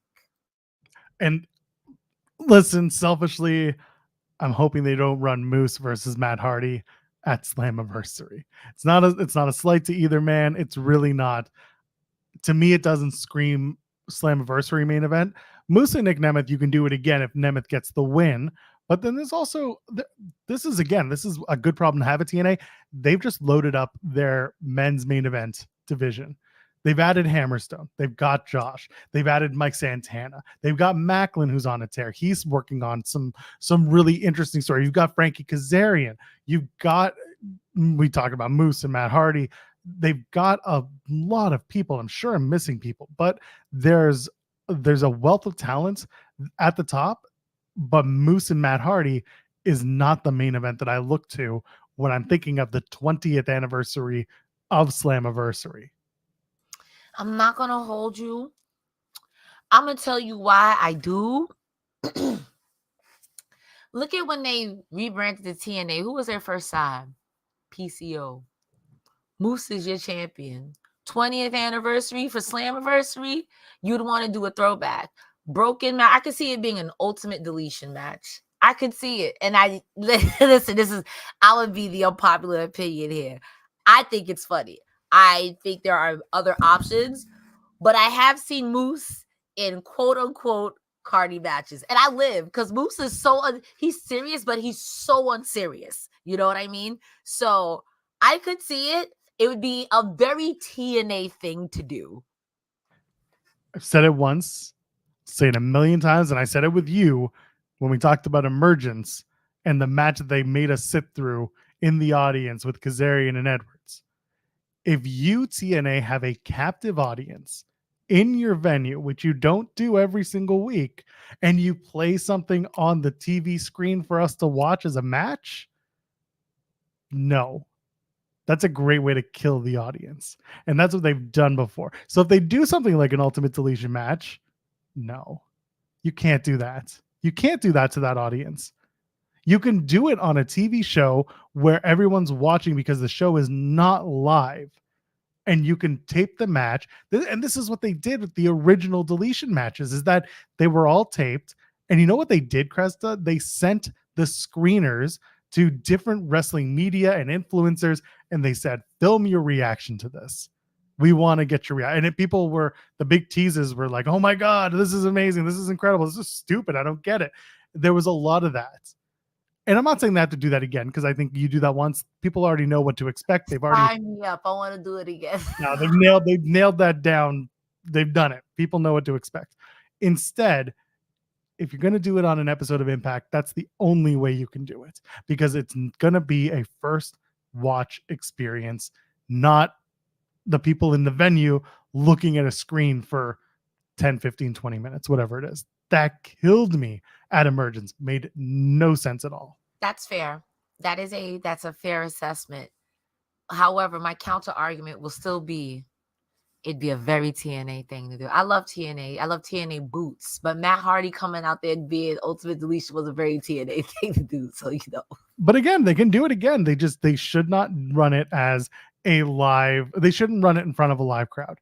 They should be running it as a TV episode main event. I would even, I mean, well, you can't because Moose is champion. I was like, you can even put that on the pre-show, warm up the crowd, but having your main event, your main champion on the pre-show, for shame. I'm calling the police. Yeah, like I was saying in the chat, Fan Deletion stuff is made for TV. It's made for TV when your audience is not in the room. But what did rule and what should have been on my TV more was Ali versus Ace Austin from Under Siege. I think that match ruled. Eventually, those guards who were at ringside with Ali, they're going to get banned, or they're going to play one into a storyline. And I think that's really great. Give me your thoughts on Ali versus Austin. That did play into the main event as well, but I just want your thoughts on that X Division Championship match from Under Siege. By this point, you had told me we weren't going to be doing a show, so I have 2 notes. That's a lie. No, I have 2 notes. That was a nice STF on the pole, and not the secret security cheating. That was the theme of the match. The match itself was good. I'm kidding. I have a lot more notes. The match itself was good. Ace Austin is a great wrestler, and I've seen from once he came again. I used to be a TNA hater back when he was trying to have relations with Eddie Edwards' wife. He's come a long way. Now he's Quadzilla. It was a fantastic match. However, this gimmick Ali has, oh man, it's such good shit, pal. It's so, he's such a piece of crap. I love it. It's so good. It was a great match. The character fits. Ace Austin was the right person to have this match. I really do think, I said it on my Twitter. I said, if you're going to watch one match from Under Siege, this was the one to watch. They just went 100 miles an hour throughout the whole thing, told good stories. I'm going to leave it at that. Go watch the match. But like I said, eventually those guards that are around ringside with Ali, they're either going to get banned altogether for a big moment, or they're going to come in. Someone's going to be a turncoat or, dressed up as a guard, and then they end up being an actual TNA wrestler, whatever. They're going to do something. they got to do something with the guards, and it feels like that'll come in sooner or later. And then this brings us to Gia Miller backstage with Ace of Bays, and then they talk about how tonight it's Ace of Bays versus Speedball Mountain. It's a tag team match in the main event, and then the winning team are going to face off against each other for number one contendership of the X Division Championship and against all odds. And then, Ace of Bays teased dissension again, but they're still going to be a team. And then later on, we'll talk about how they might be in dissension again. But what do you think of this whole setup, doing a number one contendership match where two teams fight against another team? They fight each other, and then those teams fight each other. So basically, I just messed up my whole premise there. What do you think when two tag teams face off in the ring and the winning team then have to face each other? That's the question. I almost hit you with, if Johnny has two apples on The math ain't mathin' tonight. The math ain't mathin' tonight. I mean, there's nothing wrong with it. I've seen it work. You have people like Motor City Machine Guns who, in the spirit of competition, will shake hands. Even Time Jacket, Time Rocket, Rocket Raccoon, whatever combination of those four guys, they will shake hands and then be friends afterwards. I don't want them to break up Ace Austin and Chris Bay. They keep teasing it, and I don't like it. However, I think it's a good way that if you want to make some people singles competitors again, it's a great way to be like, well, you didn't have to kick me that hard. I wanted to win. You ain't want to win. It's a great vehicle. I think the winner, if we jump ahead to the main event of tonight, was the right call with Speedball Mountain, because I think these guys are two guys that'll shake hands after they beat the crap out of each other. You know what I mean? I think it'll be fine. Some shenanigans, I feel like somehow Ace Austin and maybe even Trey Miguel will get involved, and it'll be somehow be a three-way, and Ali, of course, grandstanding and hot dogs will be like, this is tremendous. This was my idea, actually. So I live. I don't mind.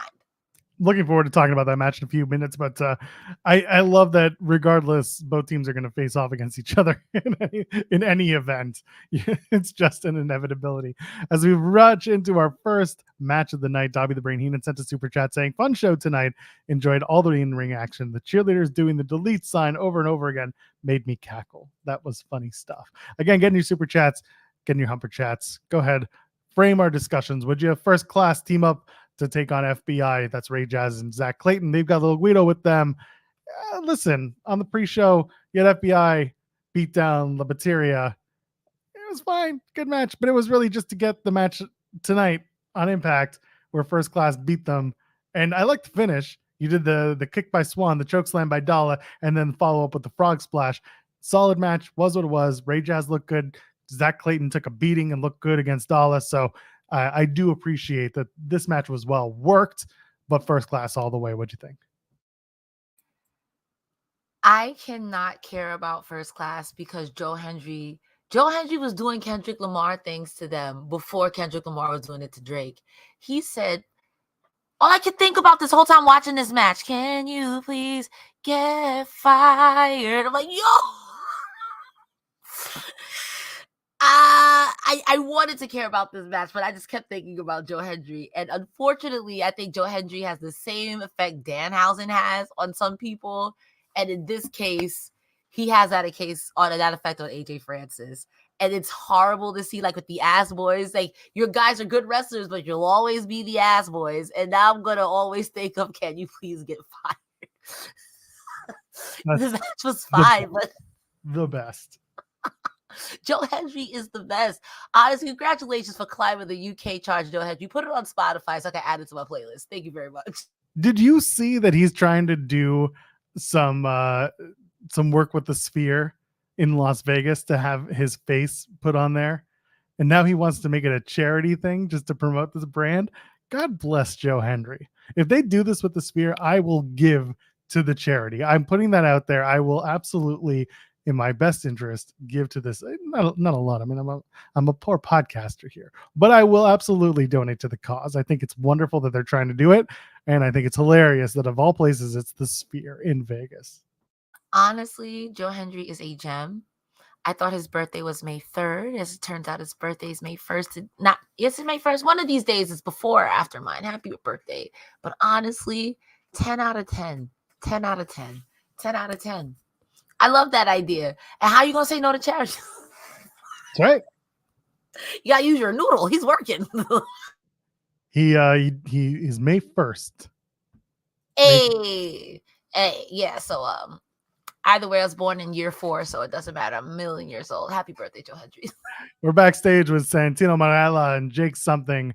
Jake's annoyed that he's losing to Hammerstone due to interference. The Rascalz interrupt. Something's annoyed, and he says, I want to fight since everyone's getting in my way.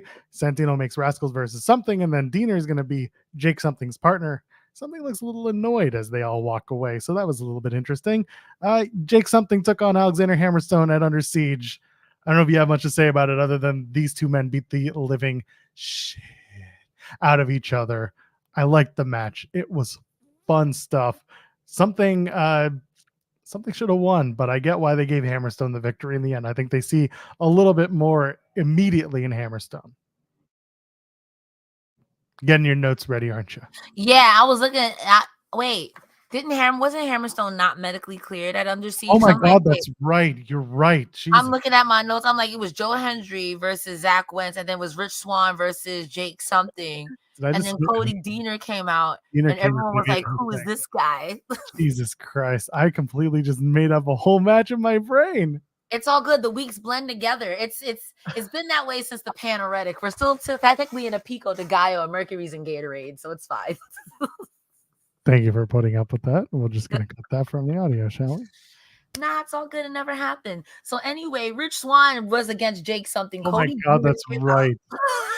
This match didn't matter. They kept saying card subject to change. They just kept saying that, so you know. Oh my God, I'm gonna get made fun of for this one. Sorry, Not folks. so good. You know what? I was talking about this on last week's show, and I was so excited for the match. And I'm not even looking at notes from the show. I'm going by my brain. And my brain said Hammerstone wins. And I went by my brain. My brain completely decided to make up a match in its own brain in its own time. Tell me what I'm telling lies right now. Wait, what? What are we doing? Anyway, listen.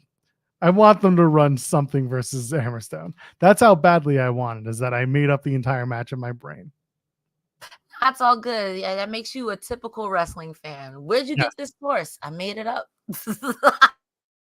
Listen, if there's one thing we found out at Fightful is that we're not a credible source, and I just proved that right now. See, but that's why you said at the top of the hour, you're not the scoops guy. Bing, bang, bong. Sing, song. But just bring back Hammerstone for the love of God. Just bring him back. I hope he's cleared. Do the match so I can clip this, put it in, say I wanted something to win, but Hammerstone deserved it. Blah blah blah. That's what I was doing. Anyway, You're reading into the future. I got you.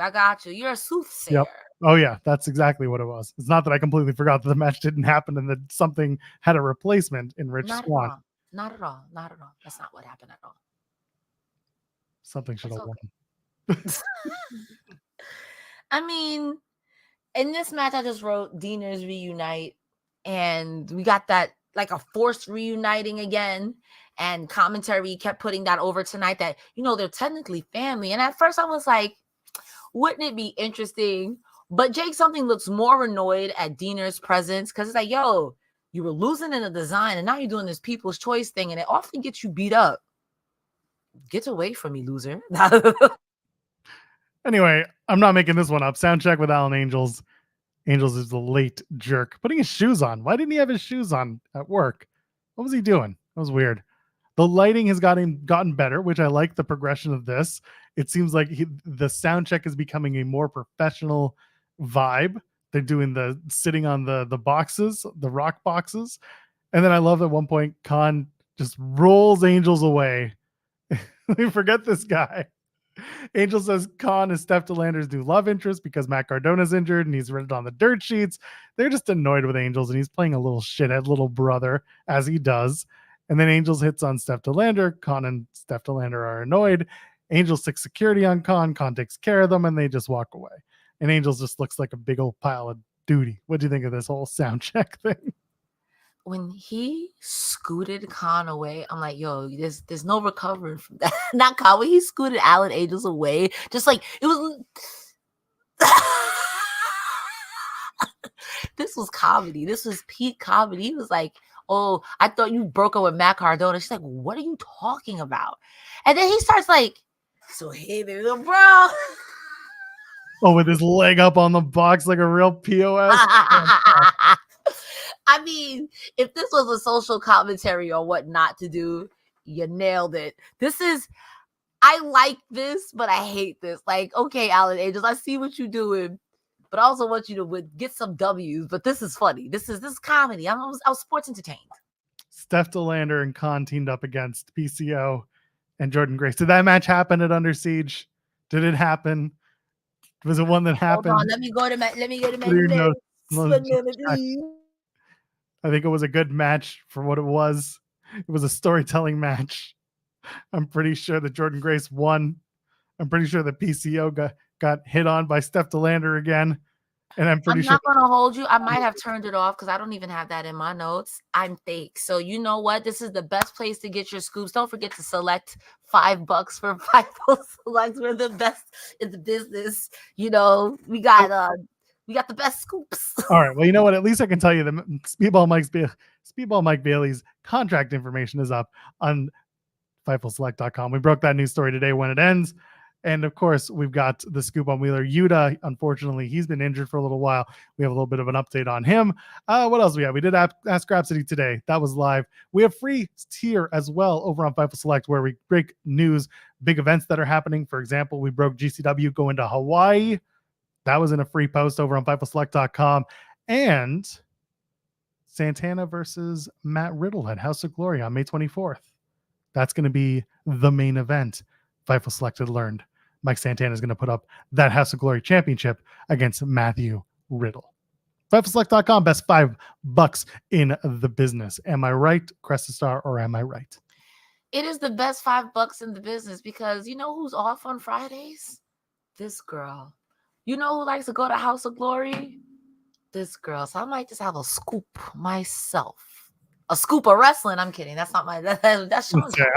I'm a scoop of wrestling. That's what I'm gonna have. I'm seeing Santana tomorrow night, so probably ask him about that. Everybody getting scoops but me. One of these days I'll come with a scoop, and then I'm gonna tell Sean. He's gonna be like, "Cresta, you're late." I'm like, all right, I tried. All right, let's move along. Rascalz. They take on Jake Something, Cody Deaner. Deaner comes out now. It's an Albany Tornado tag match. It's a solid match. Deaner's playing up the crowd thing. The crowd's happy. They love it. Trey goes for a sunset flip on the outside. Something blocks it. Trey Miguel grabs spray paint and he sprays Jake Something in the eyes.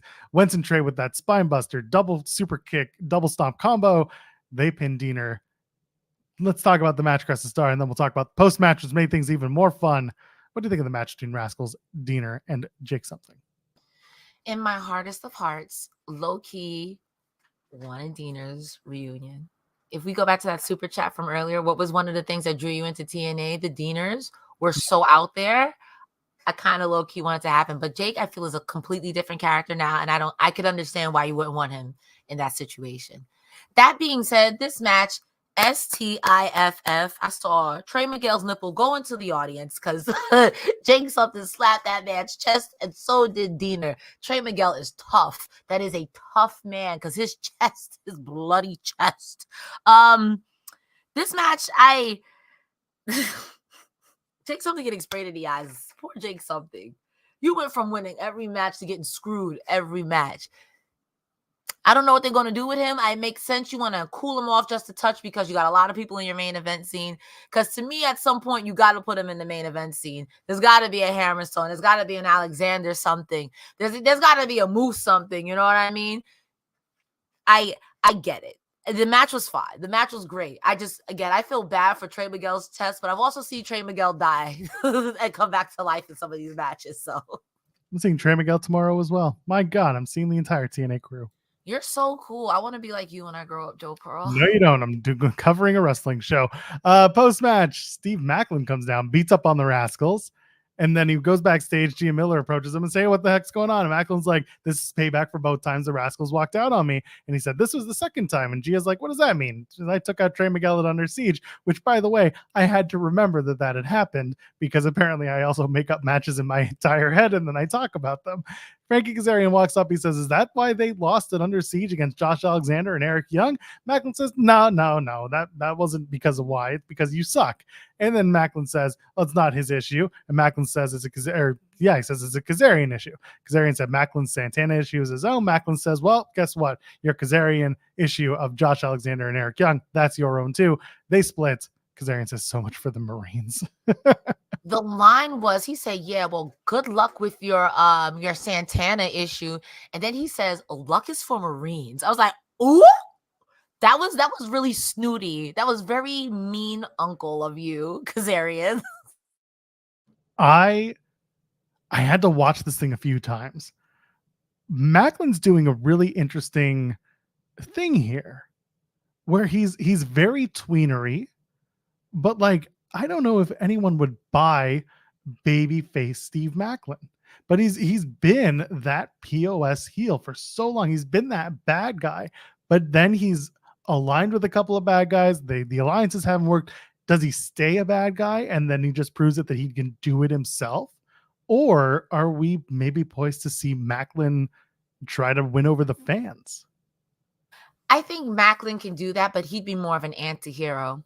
Like, I see Macklin in one of those things where it's like, bro, I'm a jerk, but this is Bully Ray, and ain't no way. I know I'm not the best. I know I got skeletons in my closet, but that's literally Bogan, and I'm not him. I'll beat him up. So I could see it. He's come quite far as where he has been with who he's been beefing with, and who he's aligned himself with. He's aligned himself with some scumbags. You know what I mean? He's definitely aligned himself with like people like Bully Ray, the Rascalz. So I don't know if babyface is what it'll be, but I think definitely more anti-hero is what we'd see. Yeah, I get what you're saying, and I like the idea. We'll have to keep tabs on it, shall we? I mean, you and Macklin are best friends now, so. I wouldn't go that far. Call him up like, hey, bud. Hey, pal, it's Tom from the office down the hall. Look, man. Look, okay. You want this so bad. Did you see the interview that we did with Macklin? I don't watch any of your stuff, Joel. I sure did. I sure did. Hey, wait, I'm not Sean Ross. I could be. I was trying to find the thing. Did we get rid of it? I think we got rid of it. Did we get rid of it? This isn't the spotlight either. Did we get rid of it? Hold on. Wait for it. Here we go. Did you see the intro for the Macklin interview? Let me see.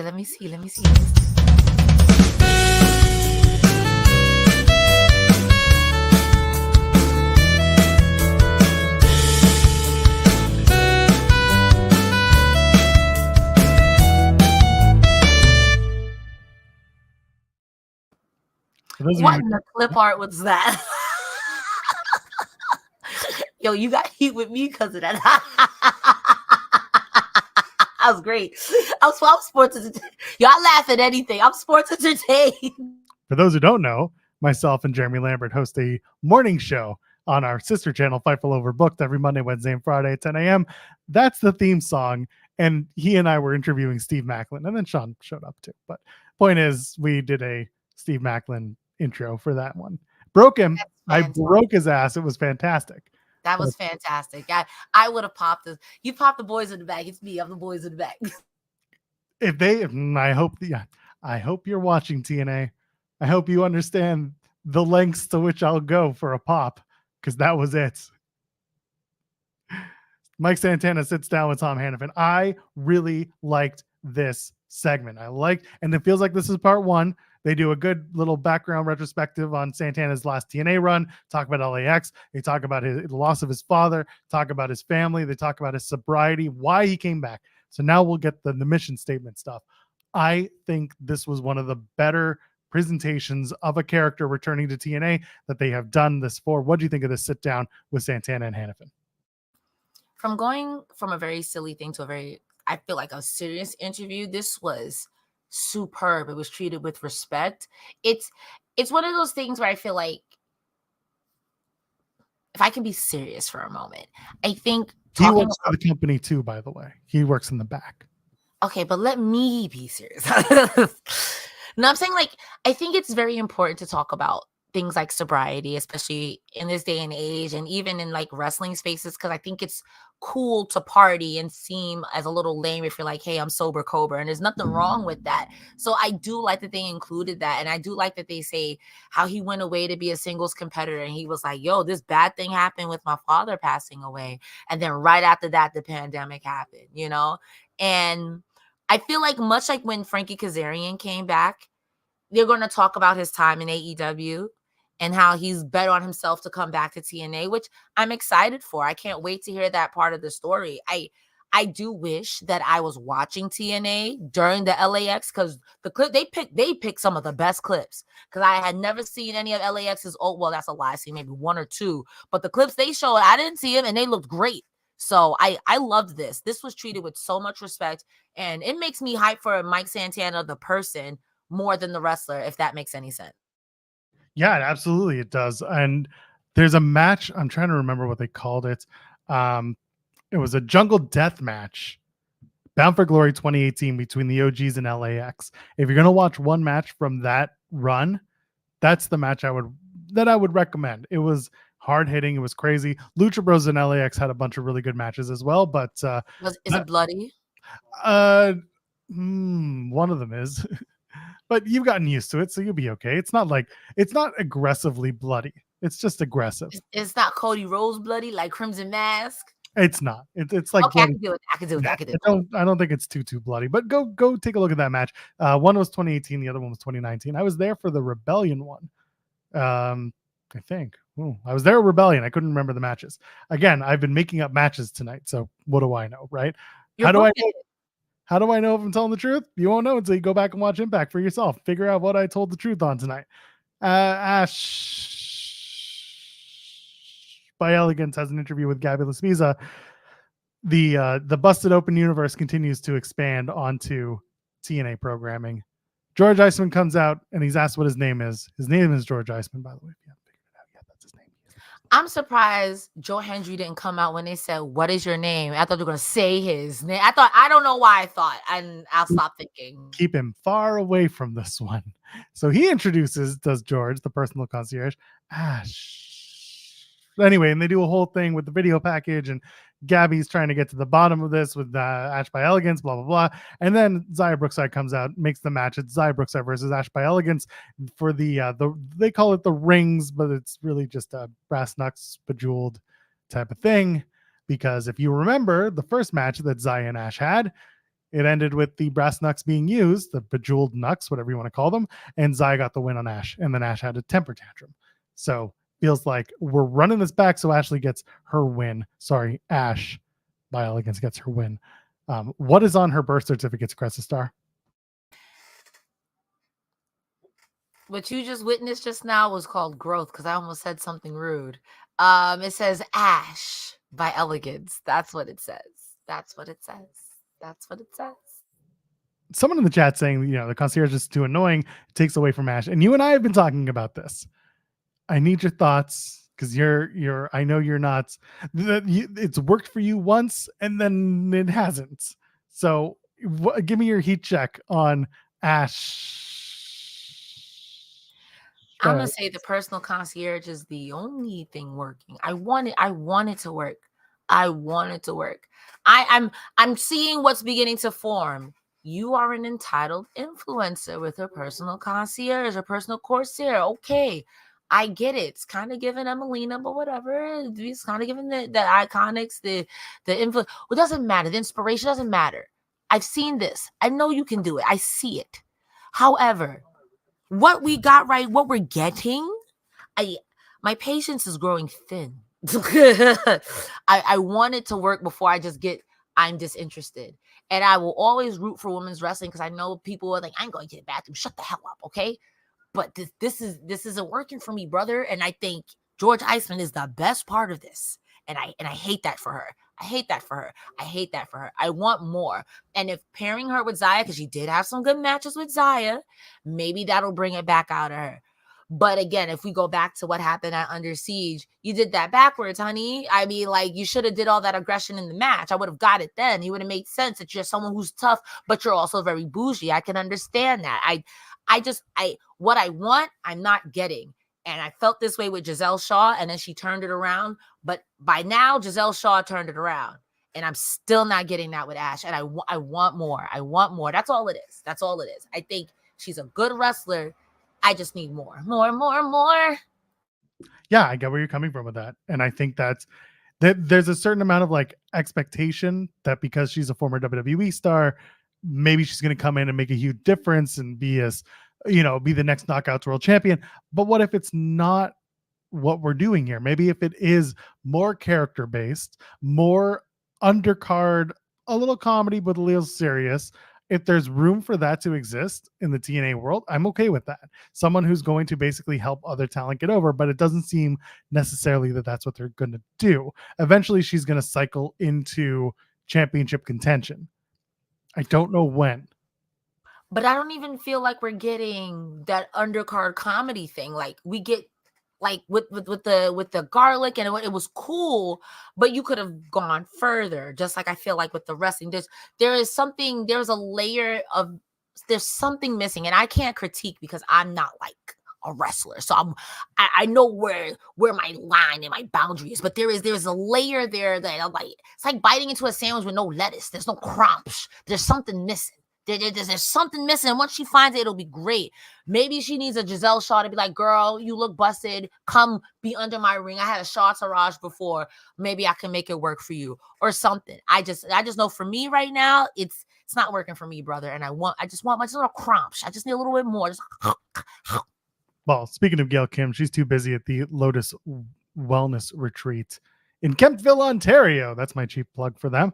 And then Gail Kim steps out of a car, finding Giselle and saying they need to talk. And apparently that's Gail Kim's boss voice, according to several members of the TNA roster / TNA staff. So people know it's real when Gail has that to say. But yeah, now we know Giselle Shaw has been working on herself. What does that mean? How does that look? And what does Gail Kim have to do with this? Last time we saw Giselle was with Gail Kim saying, you need to cheat to win. You need all these people around. But do you really? Is she finally taking Gail Kim's, advice? Where is this going with Giselle Shaw? What do you think of this segment? It was short, but sweet. I am manifesting Gail Kim, Giselle Shaw, and the Knockouts Tag Division. Your Knockouts Tag Division needs some life. Because I think you've got Spitfire, Decay, and Alicia Mosh, or Masha Slish. I don't know what that's called. Masha Lisha. You got that, and that I feel like that's it. I would like it. But if she's your manager and your valet and you go on a winning streak because of it, yes, God. I'm looking forward to when she comes back. I think fans are going to be ready to cheer Giselle Shaw, especially if Gail Kim is going to be cornering her. Or I agree with that 100%. Yeah, it's time. Jonathan Gresham takes on Will Ferrara. Oh, baby. We haven't spoken about Jonathan Gresham, you and I, and this new look for Gresh. I love it. I love the presentation. I love what they're doing. I love the match that he had against Kushida. I did not expect that to be on the Under Siege card. I thought they were taping it for TV. And then they said on the Impact episode before Under Siege that, no, this is going to be on the card. Gresham has finally found a character that goes with the wrestler and makes him a different version of himself. The Kushida match was really good stuff. You see change happening. And there's an extra added twist that we'll get into. But what do you think of the Gresham presentation starting with Under Siege? Then we'll talk about the match with Will Ferrara, an ROH original fight right there. They have called him the octopus for far too long, and he has turned into the ink spot. Neither things are COVID friendly. I'm just going to go ahead and put that out there. But that also being said, I hate and I love the Great Muta mask. I'm going to say that. It's good. It's a good mask. It's terrifying. That's why I hate it. This presentation is disgusting, but also, yes. Ooh, it's creepy. Ugh. But this is great. This is great. This is Jonathan Gresham peak I'm bending everything, and then I'm going to spit in your mouth. And for some people, listen, getting that free on TV is great. You know what I mean? But this is Spooky LaDuca, and I'm here for it. Jonathan Gresham has always been a good wrestler, and I don't know if anything last year of I need to change and you need to change, if that has anything to do with it, or if this is just, you know what, sometimes you got to go into the undead realm and come back out. But either way, I'm with it. Yeah, Gresham coming out with a character that's going to match who he is, and using the octopus mask as a vessel and not as an accent piece, as just like a presentation. When he comes out, he would wear the octopus mask and it had the tentacles coming out, and we'd just take it off, and then he would just be a wrestler. Now instead we get a guy wearing a mask that to me actually looks like Drago from AAA and also from Lucha Underground, if you remember Drago from there, with like a similar character where like the mouth is, in this case, bleeding ink, because that's what he is. He's an octopus. There's some really cool visual storytelling that's starting there. Now, going back to Under Siege, I noticed the referee in the match, and I was like, they didn't hire a new guy. This guy was completely different. I had never seen him before, and I thought to myself, okay, that's very interesting. And then they made reference to it on tonight's episode of Impact, that the same referee who refereed the Kushida match was also doing the Bull Ferrara match. And it turned out that he is now going to be part of the story. He will be coughing up squid ink or having issues, and Gresham is just going to be, I guess, controlling this referee, or something will come to play.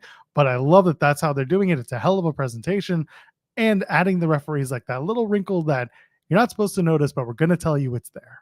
What do you think? Honestly, now that you said that, mind control, he's not an octopus, he's a mind flayer, baby. Jonathan Gresham is a mind flayer, and now he's messing with everyone. Again, not very COVID friendly to spit in your hand and then spit in someone else's mouth, but also the mandible claw coming back. Wrestling is a pipe. Eventually everything comes back around. So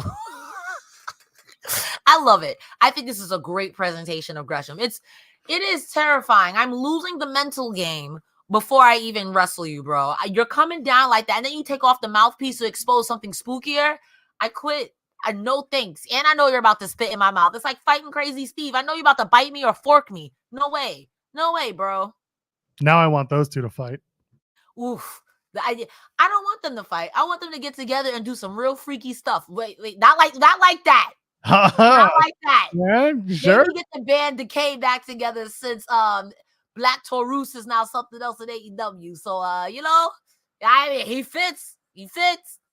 The Beast Muertos. Yes, Anyway. well, since he's beasting over there, we get a old mind flare over here. Folks, it's our final match of the night. Get your Humper Chats and your Super Chats in. Ace of Base take on Speedball Mountain. Mustafa Ali is on commentary. The big news here isn't who won. Cresta, Speedball Mountain wear fur coats now. It's cold at the top of the mountain. Good point. But just to make reference, they're not real fur coats. That's cruel. They are faux fur, which I totally support. You know, don't wear animals because you are an animal.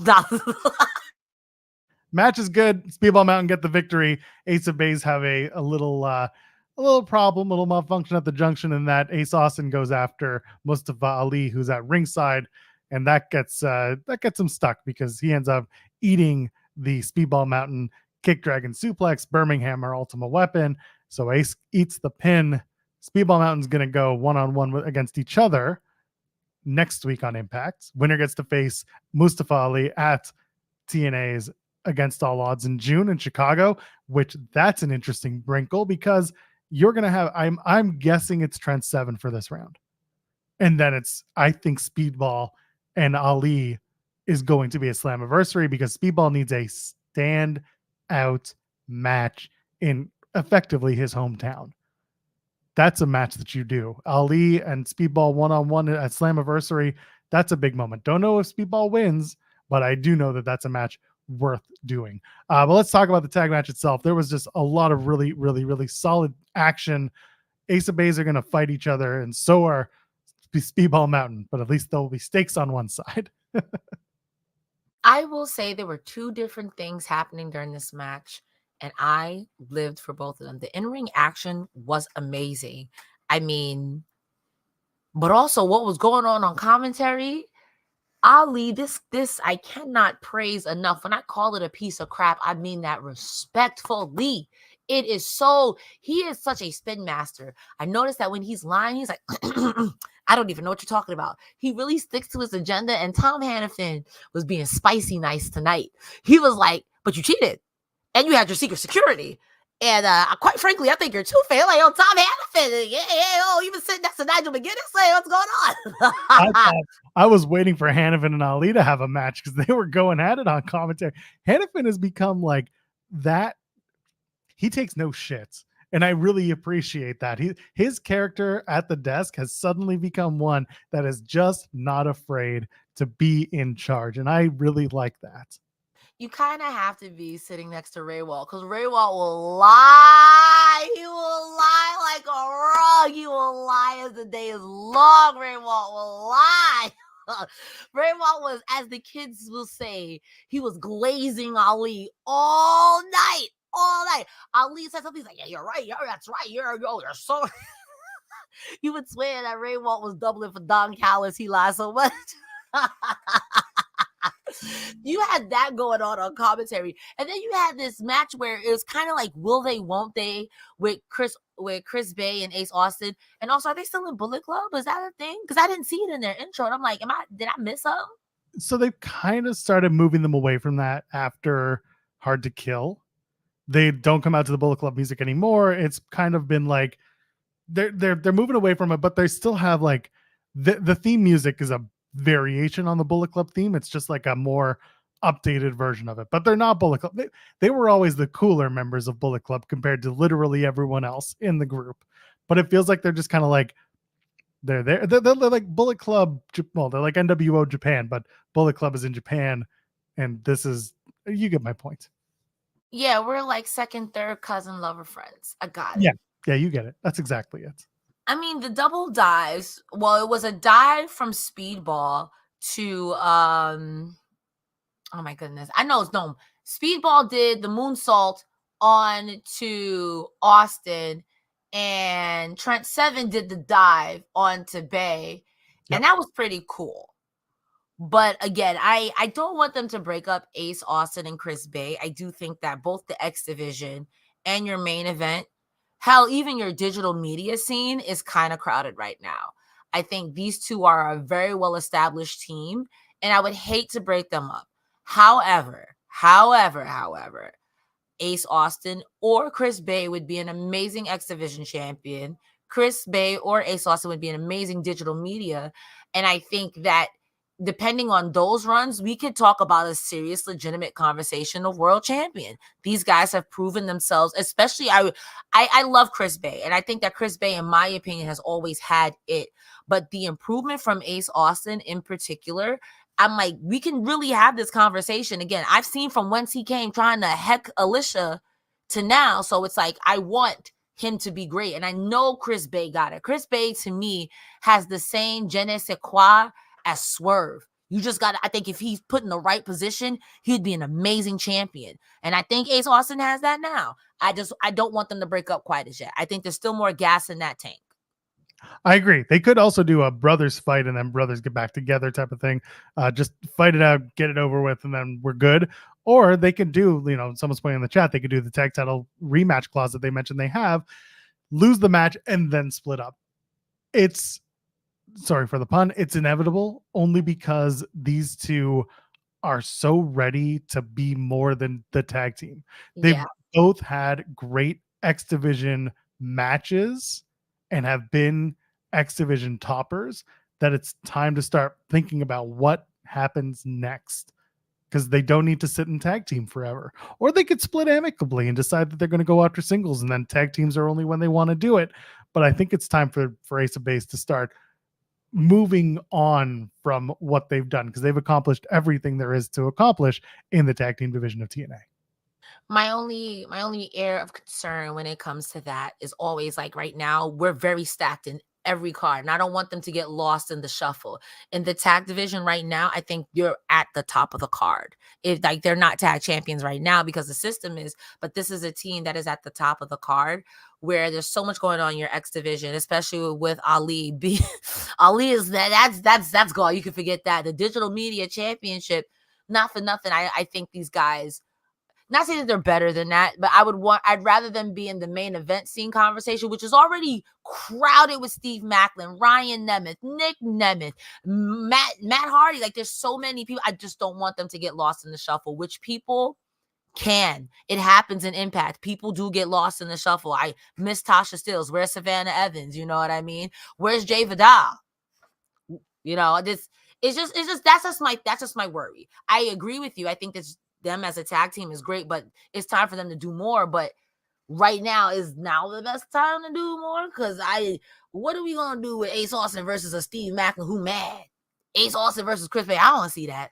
I don't want to see that. Feels like you might soon see it. We'll see what they do. But that's Impact. That's TNA Impact for May the 9th, 2024. We got a lot coming up. Against All Odds is happening in June. And then Slammiversary is in July. Cresta Star, what do you got going on? Ladies and gentlemen, I don't know what's going on. My life is upside down, but you make it all better. I'm here every Thursdays and Fridays on not Fridays and Saturdays here on Fightful. Thursday, I'm here with Joe Pearl. We talk about Impact. We do a little jokey joke, a little hee ha-has. And on Saturdays, I'm with Rick and Shino and Radio. And we also talk about a collision. We do a little jokey joke, a little ha-ha. We talk about wrestling there. If that's a lot, you can find me on X, Twitter, at Cresta the Star, like Megan the Stallion. And all my social media is Cresta Star. You can find me on everywhere except Facebook, because heck you, Zuckerberg. Take that. Joel Pearl, where can they find you? Very easy to find. I am at Joel Pearl on all social media. I'm in the weeds every Monday, Wednesday, and Friday over at Fightful Overbooked. That's our sister channel. If you haven't subscribed there yet, go ahead and do that. If you haven't left a thumbs up on this video, go ahead and do it now, and subscribe to us at youtube.com/Fightful and to FightfulSelect.com, the best $5 in the business. If I'm not here with Cresta, then I'm probably just talking to wrestlers. If I'm not talking to wrestlers, then I'm probably just talking to the wall, which is kind of what I do for a living. So anyway, Existential Dread has definitely piled in for the night, so I'm going to get out of here. For Cresta Star, you know who I am. We'll see you next Thursday. Ladies and gentlemen, friends beyond the binary, we'll see you in the next one. Cheers. Bye.